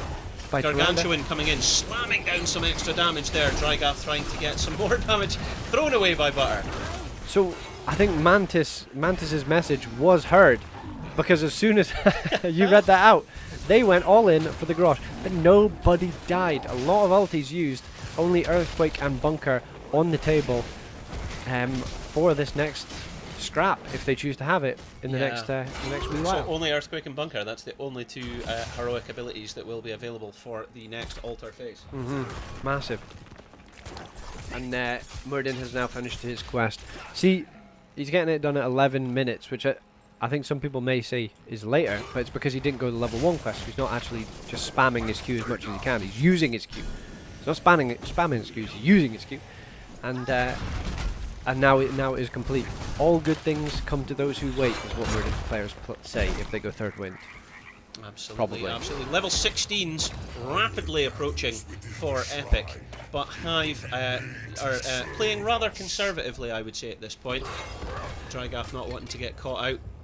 Amazing Duke of that Owl. There's no way he could have anticipated that, but that was very well played. Oh, have they just caught out Oh, what a zombie wall! That zombie wall was sick because it made Scav jump away instead of being able to chase further. And he's got a zoning toads. Enabler enabled himself to live. That's why he was MVP of the Open Division playoffs, for sure. And Blade is insta-pop this thing because they want to get as much done before level 16 hits on the side of Epic Esports, who are ticking slightly closer. Yeah, but the other thing to consider here is that they've had to send Junkrat top to clear that wave, because that Fallen Shaman camp will absolutely take that tower if they don't do anything about it. But at level 16 it looks like they're just going to have to insta-back off, even though they are in the lead, but it's only 6 or 7. We'll go with 6. Now we'll go with 5. Now we'll go back to some other thing, some other number. But yeah, level 16 has been hit. So what do you do? Blade has gone in to try and steal some of them away, but I mean you can't really go in. Scav has been spotted. Cleanse has had to come out on him. He has Tyranda's D on him, but he walks into the zombie wall. Can they all in? Oh no, he jumps back into the bunker, because that's what you do. You wouldn't just sit and take it and then go, oh yeah, bunker's up. It is 32 to 30. Oh my gosh, it's so close. Mortar Punisher has been picked up. One Riven Heron, though, I think really helped out. It confirmed the Mortar Punisher, and now they're chasing down Garrosh. He does get binked back from Junkrat, and he dies. Genji is just popping off with the Swift Strike after Swift Strike. He gets 3 in a row, and is now gone to Enabler, confirming 3 kills. Scav, though, is falling low because of these zombies. That was it. The level 16, once you'd all in and you didn't have level 16 on the side of their Hive, it just fell apart, it looked like. That is incredible. Game's not over, though, because it looks like they're not going to push for a finish because Blaze is going top. There's only 2 of them left here to defend. And one of them isn't as ranged as he needs to be, I feel, against this hog. So they must feel that they're getting this keep no matter what, and Blaze is going to be able to do stuff. Meneldor has had to drop Earthquake because he was getting all in. He was the target, but thankfully Junkrat managed to boink him away, and that is going to be a dead keep, is it? If they focus on the minions, they could save the keep. If they focus on the minions, but they're going for the chase. Blaze is absolutely chasing it down. Enabler is going to try and stop it. Wow, huge cleanse. In comes Drygaff with some epic damage against Blade. Blade manages to use the blink to get away. Is the Stormbolt going to get there? But he's thrown by Butter, defending huge. Blade's life. Huge heals from Henning. Henning is keeping people alive. Left, right, and centre. It's ace. But Genji spots him. Ripping into Tyrant Tire coming out. Genji's Swift Strike in. Genji's Swift Strike in. Okay, he doesn't have any mana, but he did get the Ancestral. Butter is falling low, but he gets armor as he's falling low. The Gargantuan has joined the party and is walking up. Nobody's died! This what an crazy. Amazing slugfest. Again, though, good trade for Epic. Because they were chased, it allowed the keep to fall to Miniones. Yeah. But if they died, it still would have been worth it. As long as only one of them died. But, wow. This is incredible, folks. Absolutely incredible. Jeez. It looks like there's a fight going on in the camp. Blaze has hearthed out, so this would be a perfect fight to take for Hive. Good dodge by Scav there from Enabler's zombie wall. What are they doing here? I think they're wanting to try and get some desperately needed experience by taking this fort, and they've got it. Yep, you get experience, and you could hopefully bait out a fight. Butter, he face checked the bush, but it is Garrosh, so he throws his enemies away. He says, I'm not in this bush with you, you're in this bush with me. And now you're no longer in this bush with me because I've thrown you out. As bushes go, that's what's happened. There we go, both teams instantaneously picking up the siege, Kazara camp? Kazra camp. From Kalimdor. They're not from Kalimdor. This isn't Kalimdor. Oh my gosh. The Blizzard lore that you continuously get wrong just is a crime against our fan base. My word. So, yeah, level 20. It's going to be picked up by Epic. Pretty epic, if you ask me. I would say so. It's going to give them that ever so sought after advantage to hopefully bring this game to a close, but it is still, as we've said many times before, anyone's game, because one solid team fight in either direction. There is a win condition for Hive in bottom lane at this moment, so they could do something with that, and the next objective is bottom lane. So this isn't without risk for Epic. They might be feeling in a strong position right now. They've got an open goal down mid, but if Hive win a team fight, take this bottom objective, they can march it down bottom and close out the series, win the game and progress in the tournament. So it is really anybody here. Stay tuned if you want to see who's winning live here at Halloween Heroes. Yeah, I don't know how this next objective is going to go, because yeah, you've got level 20, 2-level lead on your opponent in Hive, but thankfully, yeah, Fort and Keep still up in that bottom lane. It looks like they're just going to have to go for it, because they've got their Sippy Cup there as well, and their opponents don't. It looks that to me looks like they're positioning to go for it, but they do want this level 20 from Nazebo. But if the game doesn't get to level 20, your Nazebo doesn't get as much value as you wanted. Yeah, they needed that vial infection. Right, here we go. It looks so 10 defenders have been killed, or guardians or whatever they're called have been killed. 19 guardians, yeah, they're halfway to completing this objective already. I mean, this could be over before, as in the objective, before the blue team even get on to the point, because you do have Robin and Terran. Zervis is just getting so much value.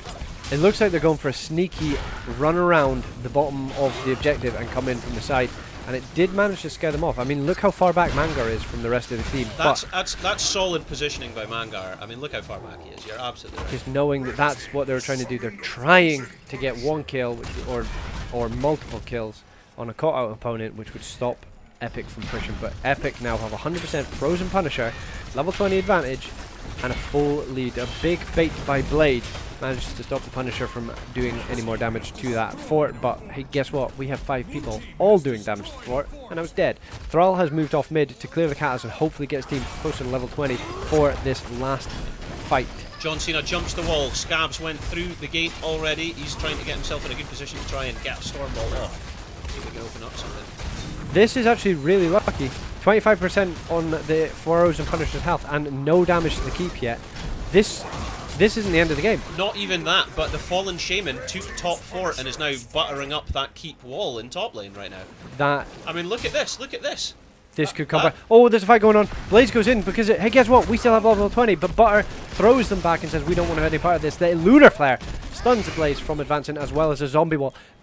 This could be the moment that turned the game. Yeah, I mean, in all honesty, they're taking keep damage in top lane right now. Epic, I think, are just forgetting this and saying, look, we need to finish the game right here, right now. Now they've sent Junkrat back. That's easy for me to say. This is a dangerous position. This is interesting. This is really interesting, yeah, because if Hive go for them... Only one keeper going down. And level 20 versus level 20. Hive has managed to stay in the game. Hive could actually... 21 to 20. I mean... Oh, I wasn't even looking. I don't know if Nazebo finished his, his quest. Oh, you can see if you go talents. He's finished! There we go. He's done it. He's done it. So we now have Vial Infection in the game, providing a huge damage boost for Enabler. This game is showing bot lane though. This is evened up. They're all showing bot lane, Genji showing top lane. Time to fight, yeah. This is it. Enabler's trying to run for his life, uses the zombie wall to get some distance away from him and Scav, but Blade has been caught out. Tally gets huge damage in. The Vorpal Void Prism is used. And he's dodging all of the Junkrats added. Except that one, that last one. That is huge though. So that's two for two. Yeah, that's Bunker. That was Ribbon very Terran, good. Oh, Butter's now cut off from his team because of terrain.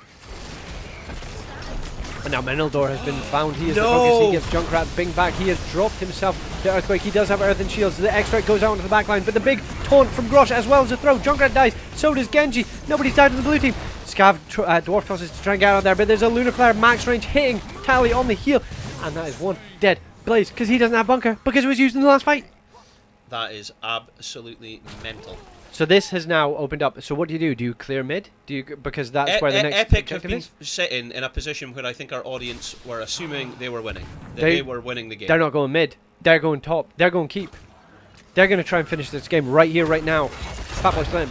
Fatboy Slim. Is that Fatboy Slim? It is. It is. Okay. Absolutely. They're not even going for that. I think some of their players. Menildor wants to try and camp it, tank it. He says, "Keep me alive just by AA in this." And you've got the zombie wall who will actually take all of the shots, so nobody will follow. 30 seconds before the team are back to full health on the side of Epic Esports. Hive are going for it, ladies and gentlemen. This is a turn up for the books. Big stun on Scav. The Gargantuan is taking Is it damage going to be enough? from the core and is putting out the 60% and falling. The massive taunt, challenge. the massive taunt from Garrosh. Menaldor is just throwing out all the damage, and this is it. GG! Whoa! GG. Massive. Absolutely massive. What? Oh my gosh, hang on. What? I can't. It's all going wrong here. He's falling apart. He's a broken man. I'm a broken man, ladies and gentlemen. I honestly thought Epic had this series. Yep. Just the way they were looking all the way through that. And yet, what? What? What? Wow. Okay, so, ladies and gentlemen, I will just now take you through to our schedule to show you how things are going.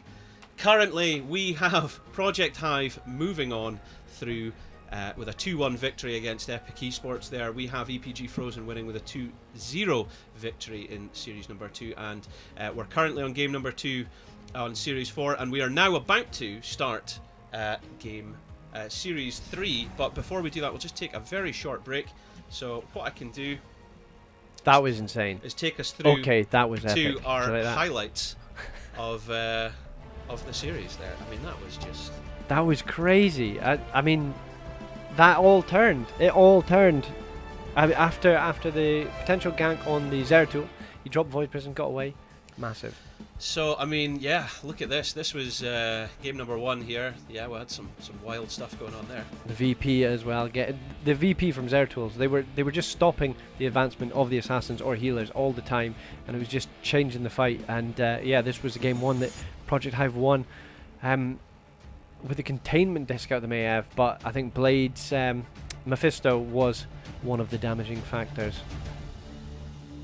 Sorry, one of the main factors, putting out the massive amount of damage. It was huge, big if true, and true it was. And then back to game 2, where Epic managed to even up the score. It was the 2 reworked heroes that made an appearance with the Tyrande and Kerrigan, but the Dahaka was quite helpful in having the global, because yeah, you've got a strong solo laner, but Dahaka was doing the bits. So very, very nicely done. I was a fan. I was a fan of that game, and I really liked the Medivh play because it was horrible. It must have been horrible for Epic to play, but yeah, they came away with the W. So yeah, this was game number 2. Yeah, this was game 2. This was. I mean, you saw the disruption a Medivh can cause. The polybomb on the ETC, and it was just, yeah, it was good. But I think, yeah, it was mad. But yeah, the Kerrigan damage was able to put out so much damage in the backline. The ETC was able to follow all the while. Zervis was putting out horrible, horrible things to the enemy team. So yeah, very, very nicely done. And that game ended with the what do you call it? The capping that nobody saw. This was where Mangar kept getting interrupted. This was beautiful. Big play. It was the drag onto the Muradin. Onto Henning. See that ETC almost absolutely got his Mosh off, and he was interrupted by the polybomb. And he did get his Mosh off ultimately, but like he could have had a 3-man Mosh there for sure. This was a bit of a turning point here. Wow, I love getting to see these highlights again like this. This is just absolutely fantastic. Look at Blade, he's trying to do it again, but he just was too slow, and Mangar manages to camp the altar.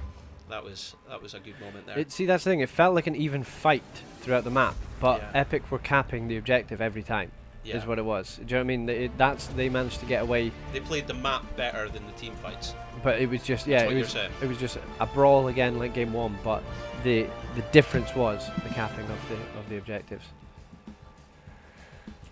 And yeah, that was very, very nice. But Hive did manage to bring it down back to a very close score line, if I remember correctly. I think it was like 8-4 by the end of it, and then that sneaky boy capping.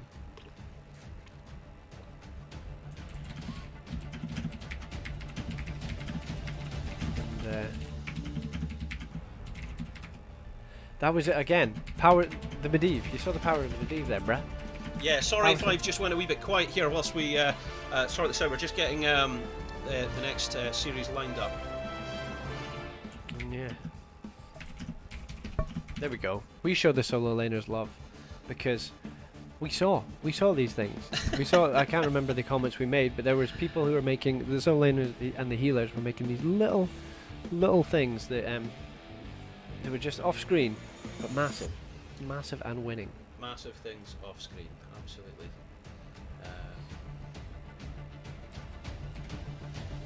Sweet. So do we know anything about this next? Yes, or should we wait? Yes, we do. We'll wait though. We'll wait. We'll wait. There's a lot of highlights. Yeah, well, there was a lot of action. There was a lot of action. Non-stop action. It feels like we're watching the entire game. No, it doesn't. No, it doesn't. It was only the exciting bits. Although they are just riding about on a horse back and forth here. So, yeah, I don't know who selected this bit as a highlight, but one of the admins. We'll fire him. We'll fire the admin. That was the temp. That was the apprentice. The guy that just came in for his what do you call it? Your intern. Yeah. The intern. That was the intern. So, yeah. That was the. There we go. That was the fight where it looked like Epic were gearing up to take a fight, but then Shadowstalk was popped, and they were like, "We don't want any part of this. We're winning 20-8. We don't need to fight with a talent disadvantage, even though we have killed the Morden." And they were right in doing so because it ultimately led to a win game. Enabler was getting chased for the majority of that map. Yeah. Oh, look at that Enabler. But guess what? I'm a Medivh, you're protected. And the W's were trying to knock him away. Oof. Yeah, I remember this looked like a moment for Epic here, and then it totally turned around on them. Mm-hmm. Just completely turned. Jeez, oh. 7 and 8. Yeah, they brought it down. Hive actually brought it down to a winning number. Because it was 16-8 at one point. Epic were looking massively in the lead, and then Hive clawed it all the way back to 3, and then it just didn't work out. Wow. There was a 3-man isolation. Everything. There was a huge team fight. Unfortunately, as exciting as these highlights are, we're going to have to move to our break very quickly before we move into this next game. So stay tuned, stay with us. We will be taking up the next series, which is Skog Support versus Avada Kedavrat, just momentarily. So stay tuned. We will be right back. You want to?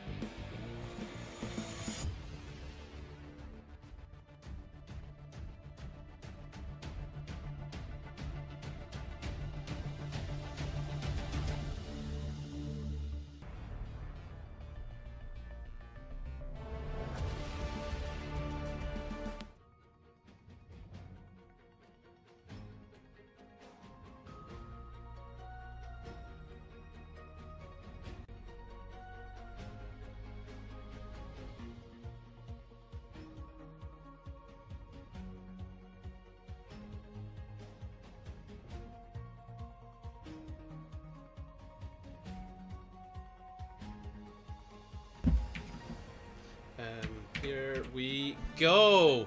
What's up, everyone? My name is Halloween, and to my left, as always, is Jabroni. That's it. And welcome to Towers of Doom. And the more astute of you will have noticed that the names are correct. Give me just 2 seconds. They will be correct in a second. We've just asked Johnny the intern to update. Johnny, how are you getting on with it? Johnny, you done it? It sounds like, yep, there we go. A nice one, Johnny. Any spelling mistakes, direct them at Johnny, not us. Absolutely. So, Jabroni, just introduce that there for a second. So, yeah, we are in the first game, best of 3 series between Skogzipor and Avada Kedavra. A German team versus a Swedish team. Oh, Swedish, are they? Yeah. I did not know that from the Kedavra. I would have thought that it was more... Russian, yeah. No, Skogzipor, I think, means forest monkeys, and the Adava Kedavra, I'm not too sure, but they do frequently have memes of them dressed as Russian officers and Russian soldiers going about with Kalashnikovs and things. Humorous, albeit. Beautiful. Right, so Kerrigan banned, Diablo banned. We have seen the power of new Kerrigan in the first series that we watched, and now we are seeing that Diablo is still somebody, a force to be reckoned with. So he has been banned, and more banned. No Diablo. Yeah, absolutely. It seems that he's just such a hero. You have to just focus on burning down, but if you don't kill him, he'll just heal back up with his fire on the ground. And maybe they're just like, this guy's too strong, I don't want to play him. Plus, a lot of people, as we have said, have mained a Diablo back when he was pre-rework, so who knows. And a Maiev ban, so that's 2 of the melee assassins kicked out of this match before it's even started. Yeah. You can't get in with your hypermobility and tether us. So, just before I go any further with this draft, I can see that some of the audience are asking a few questions here. This is the final series for today for round 1 brackets throughout the All Hallows Cup tournament. It's single elimination, and as we progress into the semi-finals tomorrow and then into the finals, they are all competing for a cash prize. The cash prize, of course, can be bolstered by viewer donations if they'd like to support the sport here in Europe, and myself and Jabroni are obviously trying to promote the European community outside of the HGC Open Division, which feeds into the Crucible. And we've seen this season, we've seen a team progress in and get into the HGC off the back of it. So this is the off-season opportunity training ground to continue to compete and make earnings out of it. So it's definitely an exciting place to be, and we're glad that you're here watching and supporting us. And following. This is the last series for today, yes, because we will be back again tomorrow. Thank you, Wim17, for following. Jabroni, I'll let you whip through this before I continue talking about the thing. Thank you. There we go. We are definitely unmuted. Yeah, so Abathur was the last ban because of we have seen he is a global hero who can join the team fight. He can pair with like a Genji. You know, you just top hat him while you're soaking top lane. The Muradin and Mephisto were picked up by the side of Adava Kedavra because Mephisto seems to be able to put out so much damage if you can enable him, and Muradin is just a tank of one of the best tanks. They say Diablo and Muradin are 2 of the strongest tanks in the game right now. Whitemane, a very good healer who can keep people alive, which is what you want from your healer, especially if she's getting dived on. And Garrosh there, he is still one of the stronger but more niche tanks is what they say. But he knows that they're going to be fighting over objectives, so I can just walk up, throw you, and stun you and disrupt the backline. So, hard to kill. A little about the teams quickly before I continue talking about the tournament itself. Skogzipor came second in the overall rankings out of all Open Division teams last season. They came second by quite a considerable margin with their points. Very competent team. Very, very good. Featured players on their team: Sexy Platypus and Max Passion. Looking forward to watching them. Max Passion being an incredible Muradin, by the way. That's what we saw him play in the Open Division to great success. So interesting to see him on Garrosh tonight. On the right, we have Avada Kedavra, which is a German team. But they competed against Epic in the finals for the Zurich game show.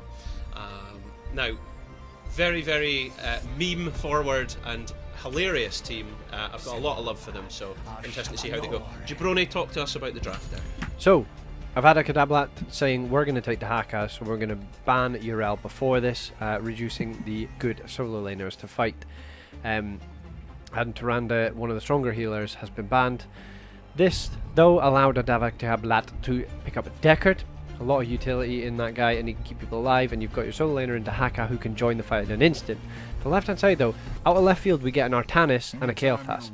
If you'd asked me who we were going to see in the top lane, I wouldn't have said Artanis, I wouldn't have thought Artanis, but maybe these guys know something we don't know. We've got a sick Artanis player on Sexy Platypus, probably, or the global for disrupting the objective.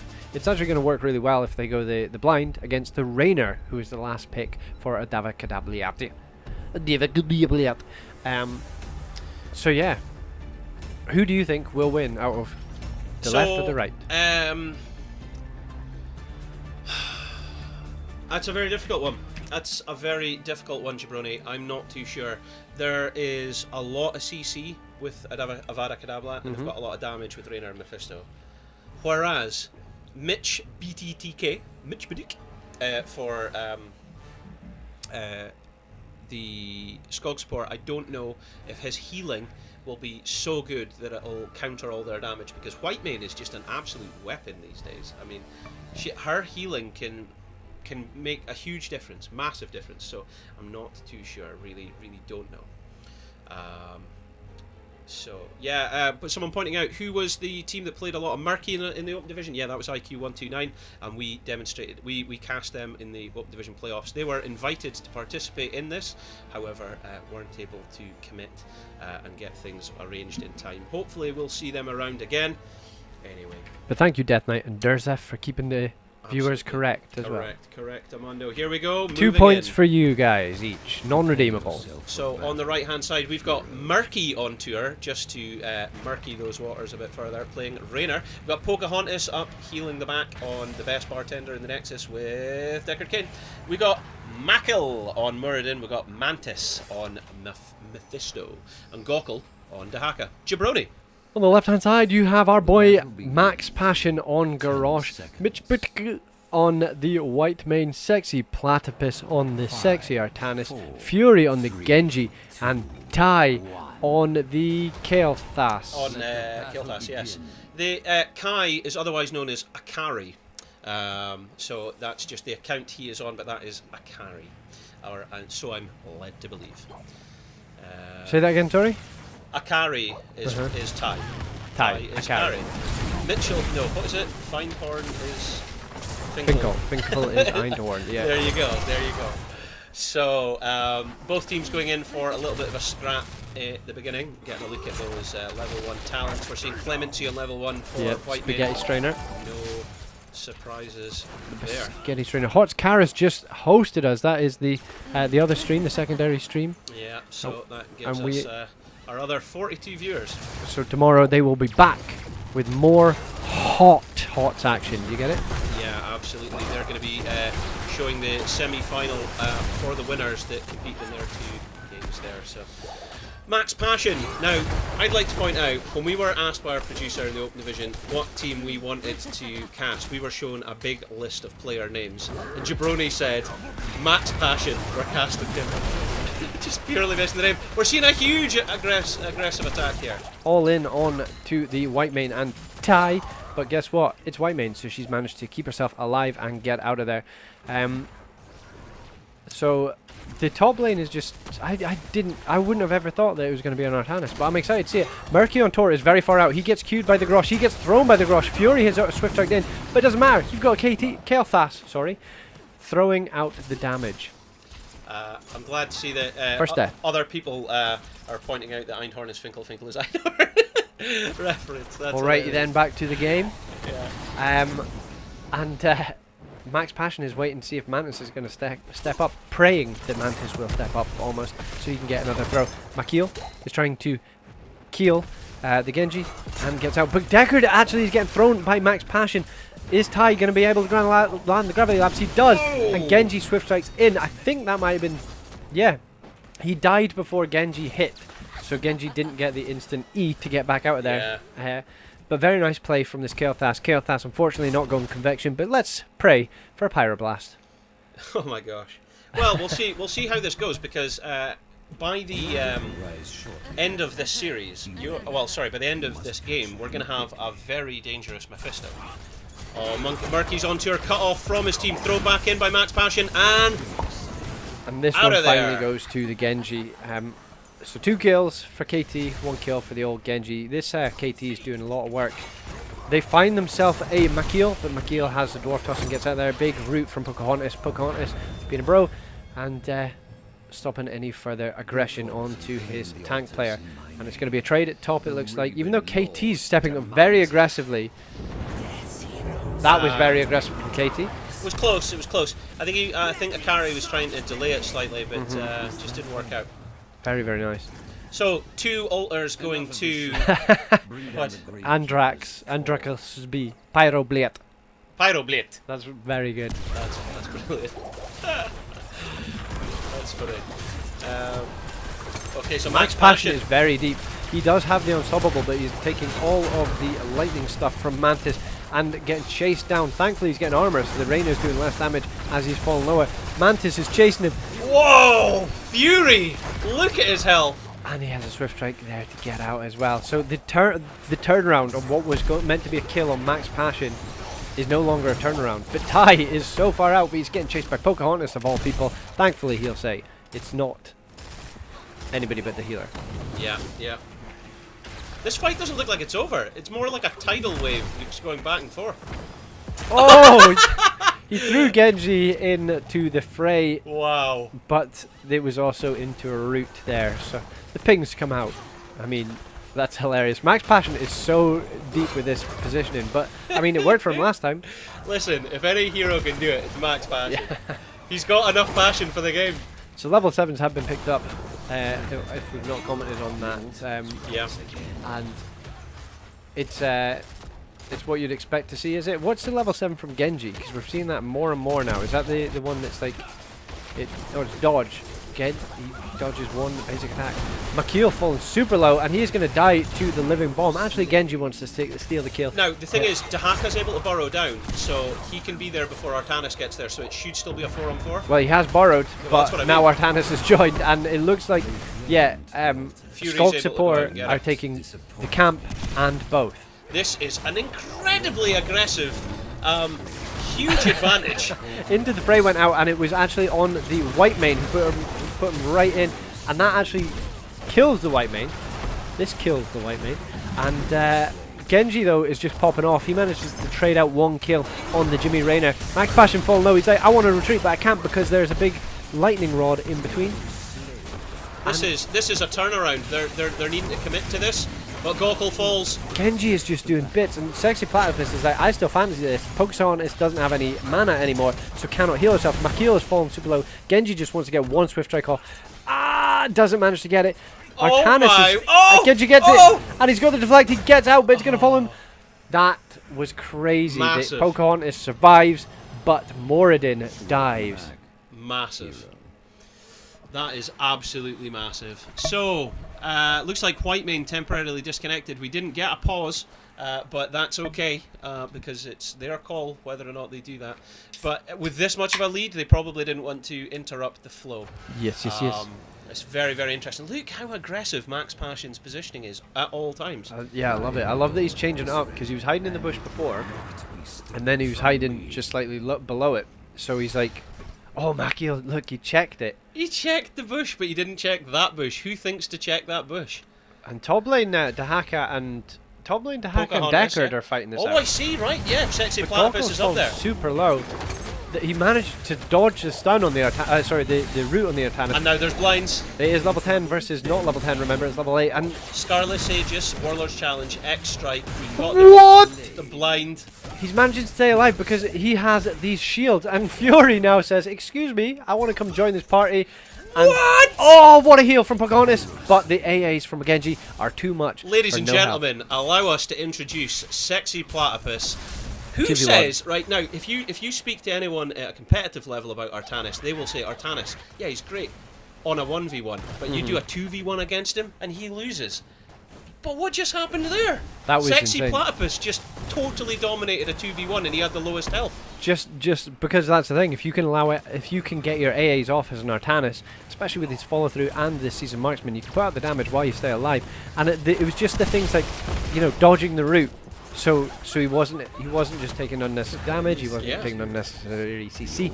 This guy, Artanis, is Sexy Platypus. Let's just be clear on that. And the swap comes out, misses.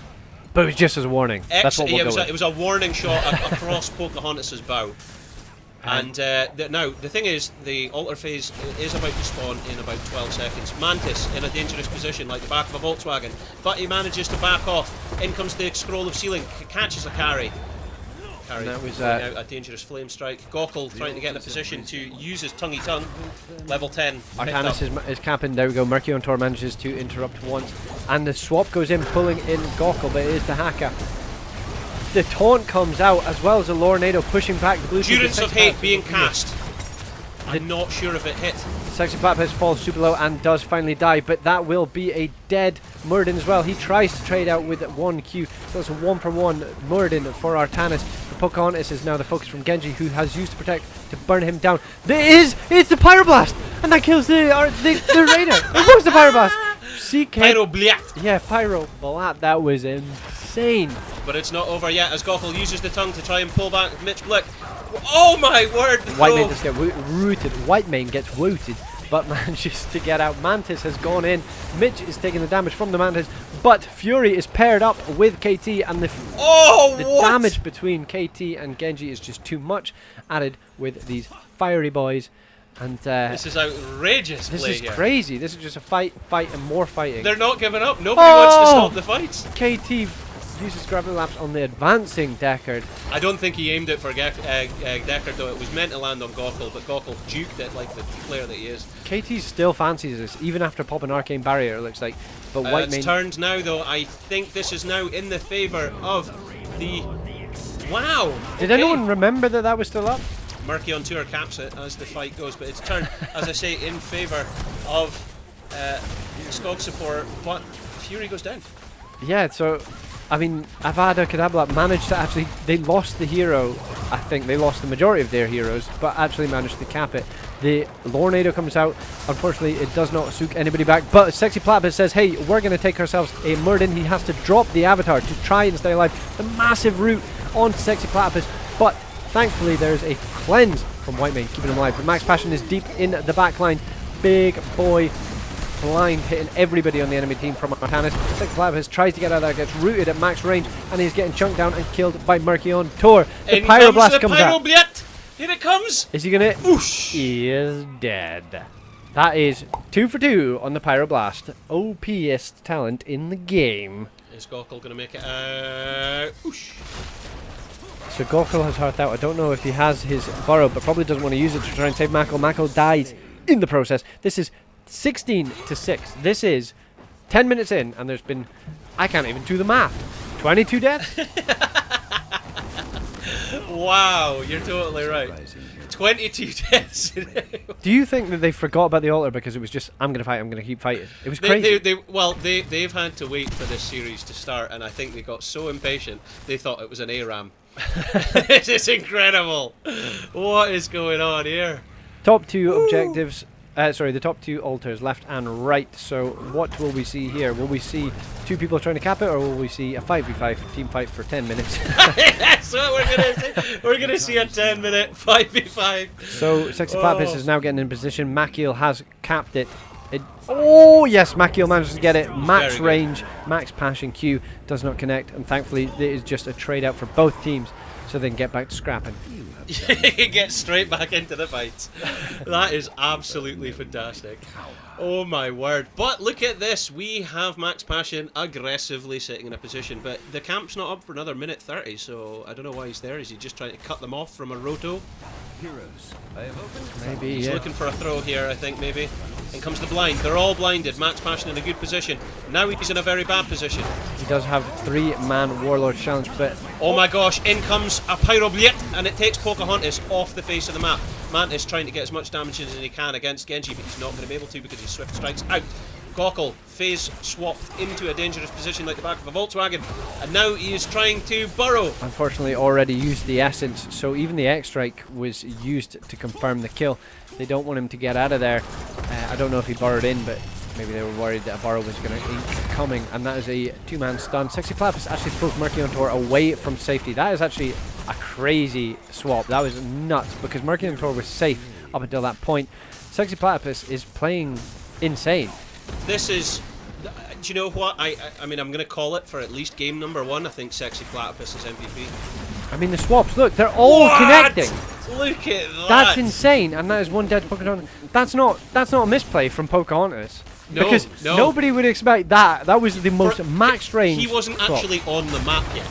Can I point out, he wasn't actually over the threshold of the map, and Sexy Platypus just pulled him straight into the rest of his team. That was insane. What a player here. That is managed. Ladies and gentlemen, this is what All Hallows Cup is about. Being able to present you Open Division players of that magnitude. That is fantastic. Max Passion going in behind enemy lines, taking a lot of damage, and Fury following. Oh my gosh, look at his Thankfully, he has his, what is that, his trait?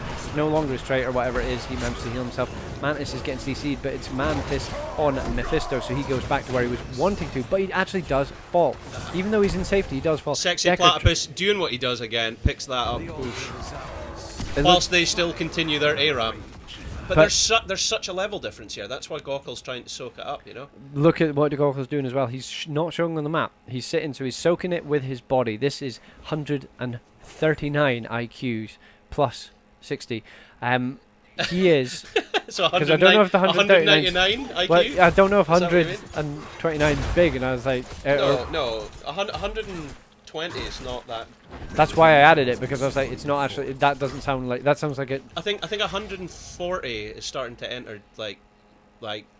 There we go. We'll go with 200. Maybe I messed up, and yeah, but that's what I think. Anything in 150 is genius and stuff. So yeah, that's what I was meaning, is that he was soaking with his body, so he wasn't on show. But he gets taunted, and he has his essence, so he's going to run out of there. There goes a massive blind hit, 4 people. The drag from Dahaka pulling in Sexy Platypus, but Genji says, Pyroblast confirms the kill. That's another one. They're falling to the Pyroblast every time. It's disgusting seeing 2 people are dead. 2 people are dead, 2 people have died. Mantis goes into the backline using his, I don't know what it's called, Q.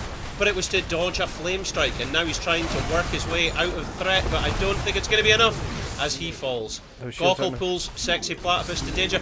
Fury! Oh my days. That was insanely lucky, but yeah, Gokul managed to get pointing out it's IQ 129 place. That's what it is. That's very good. You could maybe let us know in the audience, from the audience, what is a genius level IQ? Where does the range start?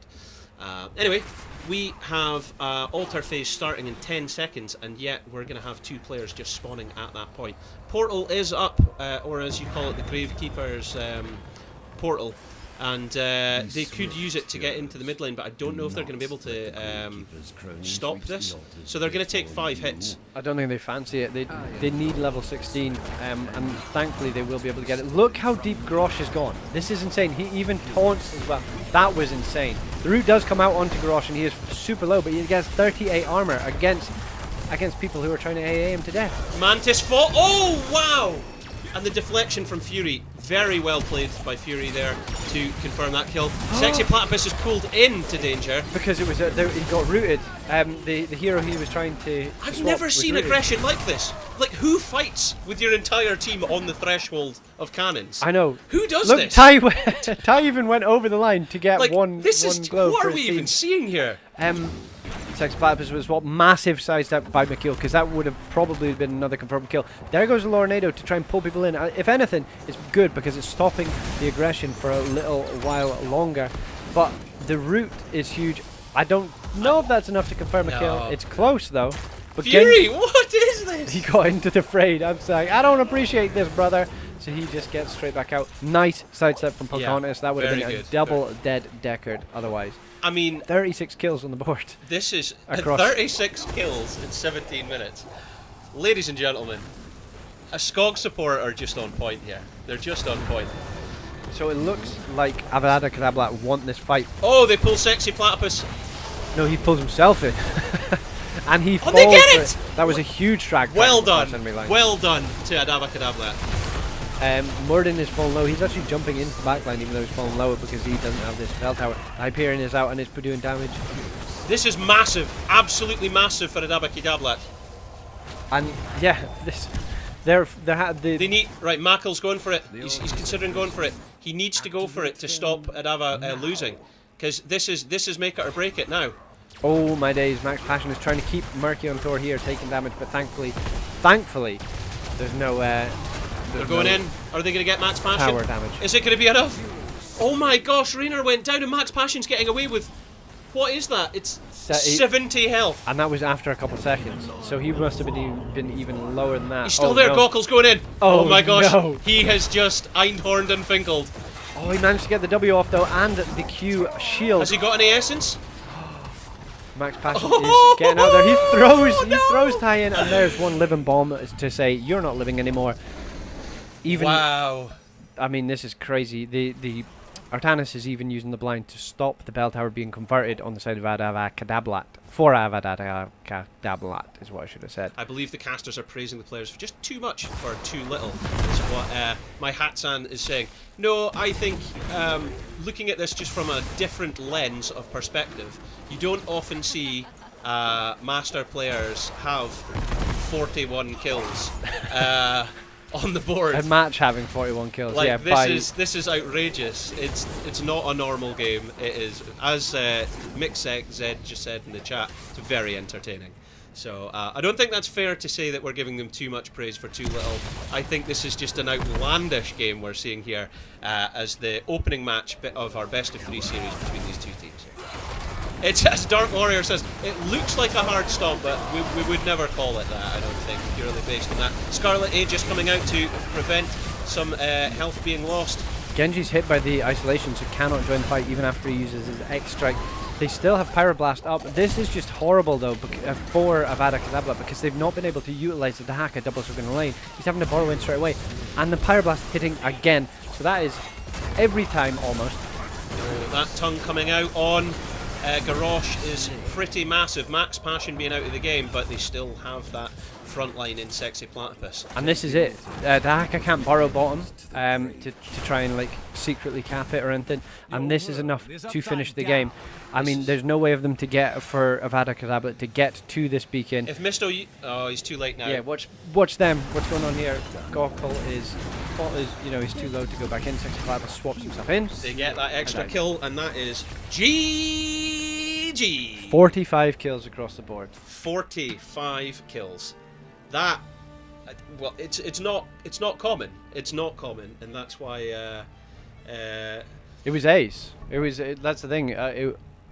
It was very entertaining, and I don't know how you would.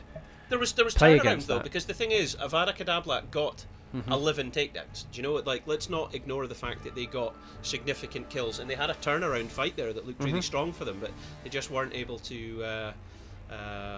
You know, confirm. So anyway, we will issue our point to Skog Support there, and we will just show you where we currently are on the standings for tonight's schedule. So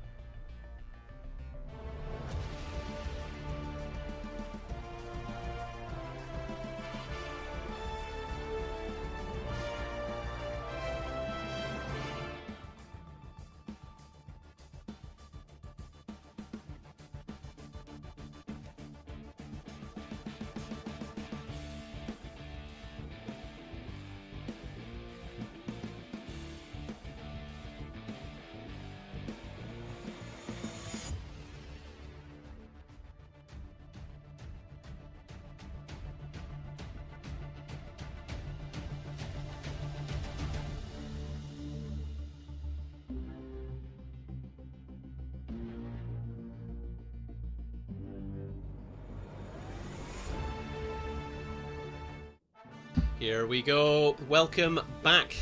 This is the inaugural event of the All Hallows Cup. You're watching the channel number 1, the mainstream for this. As you've just been looking at the schedule, we've had a lot of action going out between these teams tonight. And we are about to head into game number 2 of our best of 3 series between Skogspor and Avada Kedavra. So what's happened there is, we're good. Yeah, what's happened there is Avada gain an advantage. So their advantage is that they get first pick or they get map pick, yes. First pick in the draft or map pick, yes. So what have they opted for, Jabroni? They went for first pick on the side of Avada Kedavra. So what does that mean for Skogspor? They get to choose the map, is what it means, and they have chosen the map. And it's my favourite map in the world. Where are we going? Cursed Hollow. Or if you're British, Cursed Hollow. So 2 Raven Lord maps. Okay. Yeah? Is what we'd go with. So chuffed to see this. I mean, I wonder if Sexy Platypus alone is going to be responsible for an influx of Artanis players tonight in quick match and other things, because some of those swaps were absolutely nutty. And like we said, it wasn't like Deckard got caught out at that mid swap. It just, you wouldn't expect it to have hit because it was absolutely insane. So I'm interested to see what Avada Kedavra can do here, because I mean this map, Cursed Hollow, isn't really a map where you can take a bell tower and just sit bottom lane, which is what Skogspor did. They played the new meta of Towers of Doom, it looked like. So I'm excited to see what comes out in said Draftamundo. Draftamundo is what we're all about here. Yeah, really excited to see this. First of all, there was a few follows and things like that in that game there. Would really appreciate that. Cheers for supporting the channel and with it supporting the EU competitive gameplay. So good stuff. We're just getting ready now, as we say, going into Cursed Hollow.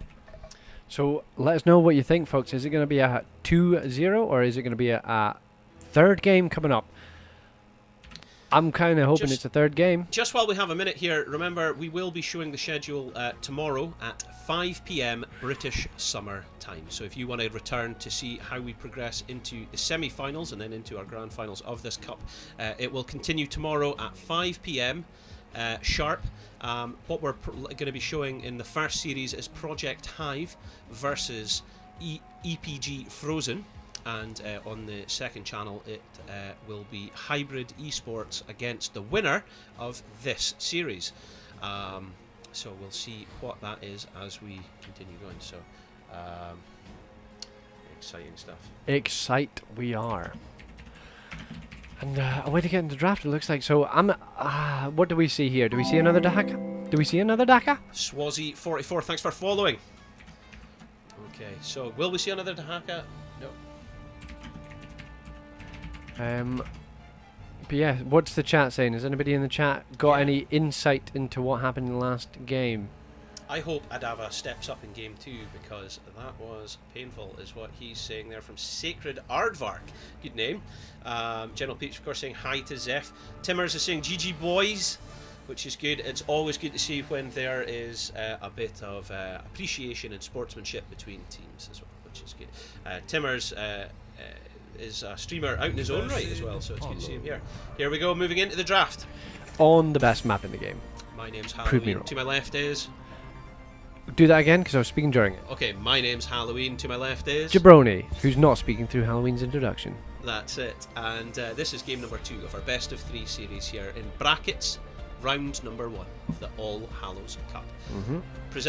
Moving on from this game could be Skogspor if they close out this series. They're the team on the left in blue. And in red is? In red is Avada Kedavra, the AK-47 sounding team. And we can say that because I think that's in their logo. Genji Band, there we go. Breezer, thanks for following. Cheers, you've just been awarded with 10 points, which you can use when we are not doing this tournament. We can use them for other things. You can type in this, for example. There we go. And you can buy tickets for that and stuff. Okay, so Genji Band up first. Genji, played by Fury, got huge value on the last map, so I'm not surprised that they have respect banned. They have getting banned as well. Maiev was banned previously by Skog support. I think they know the power of a good Maiev and don't want to face it because they don't want to play it because they don't have first pick because they chose the map. So interesting. I'm really excited to see what both teams bring out here because like I said, I'd love to see Avada bring it back in game 1 after game 1. Sorry, Kerrigan, the reworked potentially OP. It's up for debate. The jury's out because we've only said it. Out. So she has been banned as well. So now it. Well, the thing is, Kerrigan, played by Epic, got such an amount of kills and such a powerful amount of DPS that any team that's got her could do some work, you know. And a Thrall. Do you think we're going to see? I think we're going to see one of two heroes for the boss burn: Hanzo with W, or Varian Twin Blades. And I'd love it to be a Varian Twin Blades. This is probably why they wanted first pick. Okay. Wow. Now this is a dramatic change in the medium that we are about to present you, because the lost Vikings of classic Blizzard fame has just been picked up. Not somewhere, but first pick. That is huge confidence coming out swinging from Skog support, and they are taking. Don't call his name. It's Hanzo. Alejandro, as Lady Gaga would say. So there you go. We are getting the 1-2 punch of Viking experience and Hanzo damage. Do you think we would even see a redemption Hanzo here? I don't know. I don't know what they're gonna do. I have no idea what they're gonna do. Really, I don't think anyone could predict what Skog support are about to release on us if they're doing that. But counter-picked, we have Abathur and Tyrande, and we have and we have Muradin. Now Muradin is very good. I like Muradin. In every comp, he's very good. So, and you know, with an Abathur hat on you, you could put out some real numbers. Yeah, I don't know. I don't know this matchup, the Abathur versus Lost Vikings. You both have kind of global soak going on. I wonder if Skog support wish that they had banned the Abathur and they would have had a bit more of this global pressure of soaking all lanes and yeah, it's. I'm excited to see what happens. Is it going to be a gank squad from Skog support? Do you think they're just going to have 4-man roaming around with a Lost Viking soak and hope that they can outpush an early game Abathur? Okay, so we've got 2 about to be picked up here. This will reveal the composition, really. Halloween Whitemane and the High King himself, Varian. So that's a lot of healing, and a lot of damage with Twin Blades, you know. So that's what my guess is. It's got to be Twin Blades. It's got to be, kind of. So, do you know what? If it was the Tripolovsky meme blades that are Twin Blades, that could put in an incredible amount of damage towards their composition, but they would need a full tank here. I think they would need a full tank.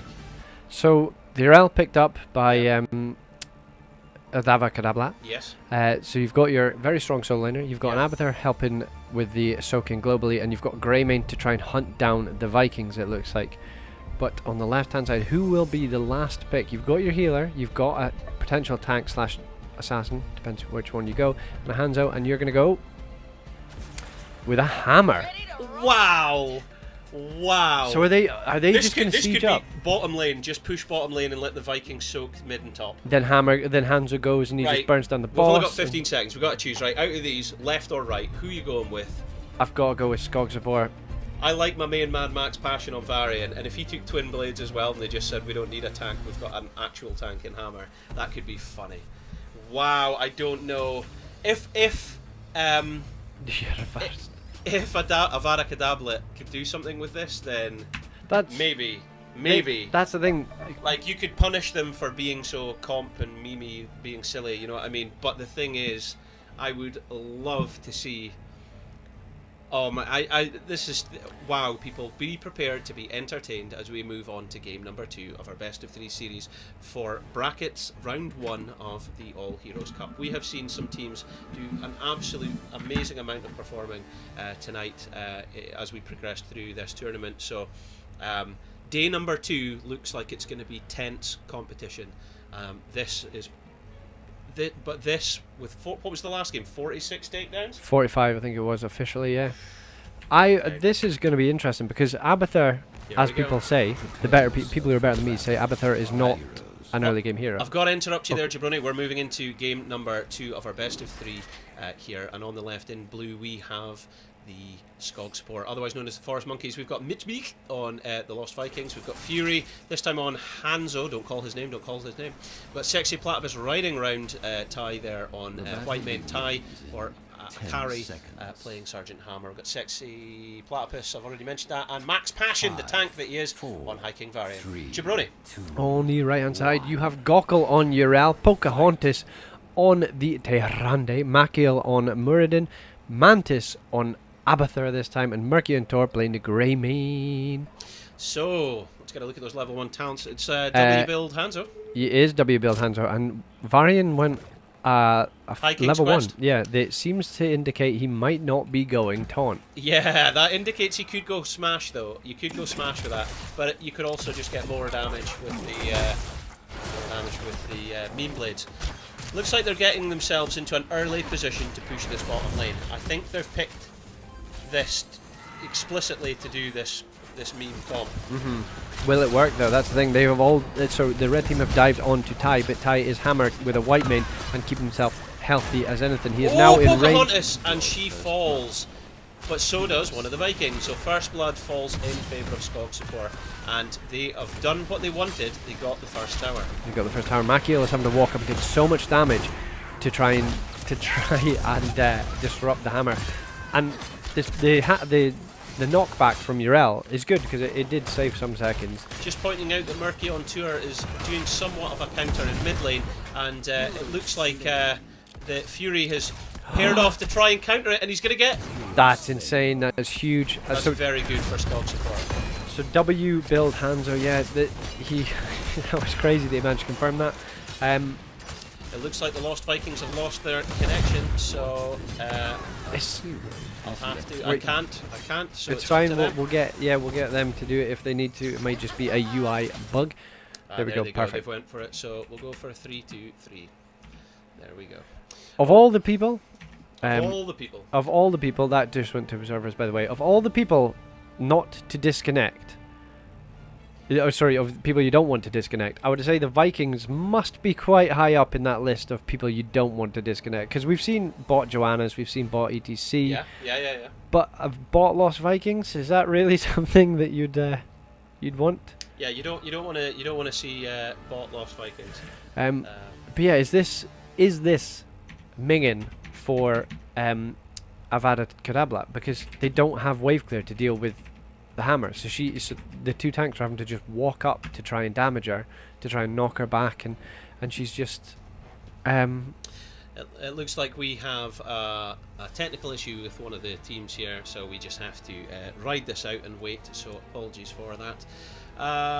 But yeah, this could be a really wild one here, and I don't know if this means that it's in favour of Avada, because they have the potential to pounce upon the obvious silly composition that Skogspor have taken, or if the sheer level of silliness of it will give them the opportunity to become an uncontrollable force that'll sweep the map. It could go either way at this stage. I see. At this point, I don't think it is silly. I think it's something that people have all dreamt of and said, you know, we could get Vikings pushing lane, we can get a hammer who's got a huge amount of range. Yeah. And we can just, you know, there's nobody to clear the minions. Looks like we're going back in. Here we go. Welcome back. Very good. So we're back to it. And yeah, the Vikings are circling lane, Abathur's circling lane, Greymane, the main wave clear, is having to try and kill the Vikings mid lane. Interesting, we've got a push into the camp here by Mackle with Abathur hat on him. Fury going out with just a tiny amount of health. Can he get another? Oh, wow. Excellent escape by Fury there. He knew not if he'd stayed around even for a half a second more, he'd be dead right now. And that is, I think, what Avada Kedavra have recognised and what they need to do. They need to go hunting these kills because bot lane is just minging for them to try and be in. This is a wave that they are just trying to hold back the tide. You know, so the longer they can slow this down, the only way they'll pull it back is by constantly killing the Vikings or getting kills like this. And I don't know if you mentioned or not, but it is not Twin Blades and it is not Taunt, it is Colossal Smash. Oh, bot lane, it looks like there's a big boy scrap going on. And yeah, there we go, we've got a dead Tyrande. White Mane actually confirming the kill. It's just horrible. Like, how do you deal with this? This time, we're under 3 minutes into the game. We've got a kill every minute so far. And unfortunately, it doesn't show us any kills for Avada Kedavra because it's been Vikings. Yeah. So yeah, the first tribute is away to spawn. Will Morden be able to stop the Vikings from getting it? Actually, it looks like Murden's a way to pick this up completely free. No, the Vikings are descending on him while bot lane is getting chunked. So Murden has now got a top hat and he's chasing away one of the Vikings. Oleg. But that might leave it open for the other Viking to go and sneak it. Baylog. The other Viking's going to try and sneak it. That's hilarious. Makel's just going to work his way across this map, killing them all. But as he's doing the dance, look, he's doing this massive, hilarious dance of here comes another Viking and all this stuff. Bot lane is getting buttered, and now Hammer has this stutter step in talent. He's not going to get this. Oh my days, this is horrible. This must be minging. He gets the hat, so he's going to try and kill him. He doesn't kill him, so the Viking will be able to do another interrupt. But guess what? It's only one tribute. It doesn't actually mean that much. While bot lane has lost a tower. This is the pressure. Wall. This is the pressure you were talking about. He still managed to stop this. It must. When did it pop? A minute ago? And this Viking is still unstoppable, and the other ones are coming. Colossal Smash came out there. Eric does die to the Murden, thankfully, so they will be able to pick that up, which is a bit of a bonus. But yeah, as you said, Colossal Smash. They're so low and they can't clear it because Murky can't step up to the wave. He can't step up to. Oh my god. Okay. Had he been interrupted there, that would have been mega lols. Anyway, so what we're seeing here is the imminent threat of level 10. If level 10 manages to come up here before they're able to get all 3 tributes, they're in a real sticky wicket. So this is being very well executed by the Skog support, who come in with a Colossal Smash there, but Yrel manages to save him. Yrel does manage to save him, but it's not even like they need the kills at this point. That's the thing. Yeah, as Noble Helium is saying, AFK bot lane until court. It's not like they need the kills against a Greymane. They're able to just keep battering away. And they say, hey, you know what will help us on the push on bot lane? Is a boss. So they've turned off to boss because you've got a Hanzo, you've got a Colossal Smash variant, you have boss. But now Sexy Platypus has been hit by the owl. That gives them that reveal, so they know where they all are, as Makel's still on his Viking killing spree here. And yeah, they get it. So that's a real threat now. A boss coming down bottom lane will open up a win condition for them, and they still haven't even hit level 10. And how if you are Murky on tour as a Greymane, how do you clear this boss safely? Oh, maybe with that, Max Passion has been the focus, but White Mane is getting absolutely, completely healed, completely and absolutely. They didn't get the kill on Fury either. And look at this, they tried for this flank. They're like, forget about boss, we can maybe go around. Oh, massive Dragon's Arrow coming out from Fury, but is not able to secure a kill. 3-man stun the from the Dragon Arrow. A Viking could go for it. They are in such a commanding position here. This is what I'm talking about. If Hammer can get close to this, right? Murky on tour cannot be in melee range attacking this boss because look, Hammer's going to siege up and he goes dink, dink, and Murky's health is going to, the Greymane's health, the main clear is going to start falling low. Gothel manages to get away. Excellent escape by him there. Max Passion trying to maneuver himself into position to get another kill here. Murky on tour trying to do some damage, but what's he going to do against this? This is horrendous. And I think that Viking's going. That Viking does fall, but the keep will go, and there's no mule, so there was no way of saving it anyway. Oh, Makel, is he going down? Excellent shield from Abathur. It's going to save his life. A huge performance by Abathur there, but the cleanup crew is coming through. That's insane. Oh, what are you doing? You'd think Hearthen next to your core would be a safe place. Safe place, but yeah, not entirely. Did the Colossal Smash from Max Passion, did that actually make him follow Murden's Dwarf Toss? I think that was minging. look at this though. The tribute spawned like a minute and a half ago, and there's been no movement by anybody for it because they don't need it. They don't need it. They don't need it. They don't even. I mean, Avada don't have level 10s yet, so that's just a wee problem they've got there. Yeah, there we go. Now Abathur has borrowed in to try and cap it because he knows everybody's there and he's not going to fall. Mercury Tor does die to the amazing pressure put out by a Varian and a Hanzo and a Hammer. 80% core now and falling. This is. Are they just going to go for the end of the game here? Well, the lifeline here is level 10 is kind of close-ish for Avada Kedavra. If Avada get 10, they could potentially do something. And they're on curse point, but look, there's no way of getting close to these people. That's 50% core now. Disgusting. You've got to kill 3 Vikings and then get on the hammer before you can even. Gokkel's going to fall. Pocahontas falls. Michael's having to dwarf toss away again. And still Murky don't just have can't 10. put out the damage because of the range of these people. But he fancies himself. He dives in on Fury. He nearly gets a kill, but there's a R Crystal from Aegis. Whitemane. No, it's the Scarlet Aegis. Scarlet Aegis. That's 16, 15, 10, 5, and GG. That is wow. huge. Massive. Absolutely massive. I like that there was an invulnerable on screen at the time anyway. So that is a 2-0 clean sweep, 10 kills in a 9-minute game, so they actually managed to improve on their kill-a-minute ratio that they were getting there. I think if I just have a look at this... That was update this. This is the scores as we have seen them so far tonight, ladies and gentlemen. So these are the games that we have seen broadcast across the All Hallows Cup tonight, and this is the round 1 bracket with all these teams against each other, and that is the scores as they've laid out. I'm not sure what the word is. How they have played out has revealed these scores. That's what I'm trying to say. So we are looking forward to seeing you again tomorrow night. As we will have the semi-finals. Semi-finals, of course, being with EPG Frozen against Project Hive, and it's going to be Skog Sabor against Hybrid Esports. It's worth pointing out as well, Hybrid Esports have got a player subbing for them at the moment, which is Mun, who was previously playing subbing in on Dignitas.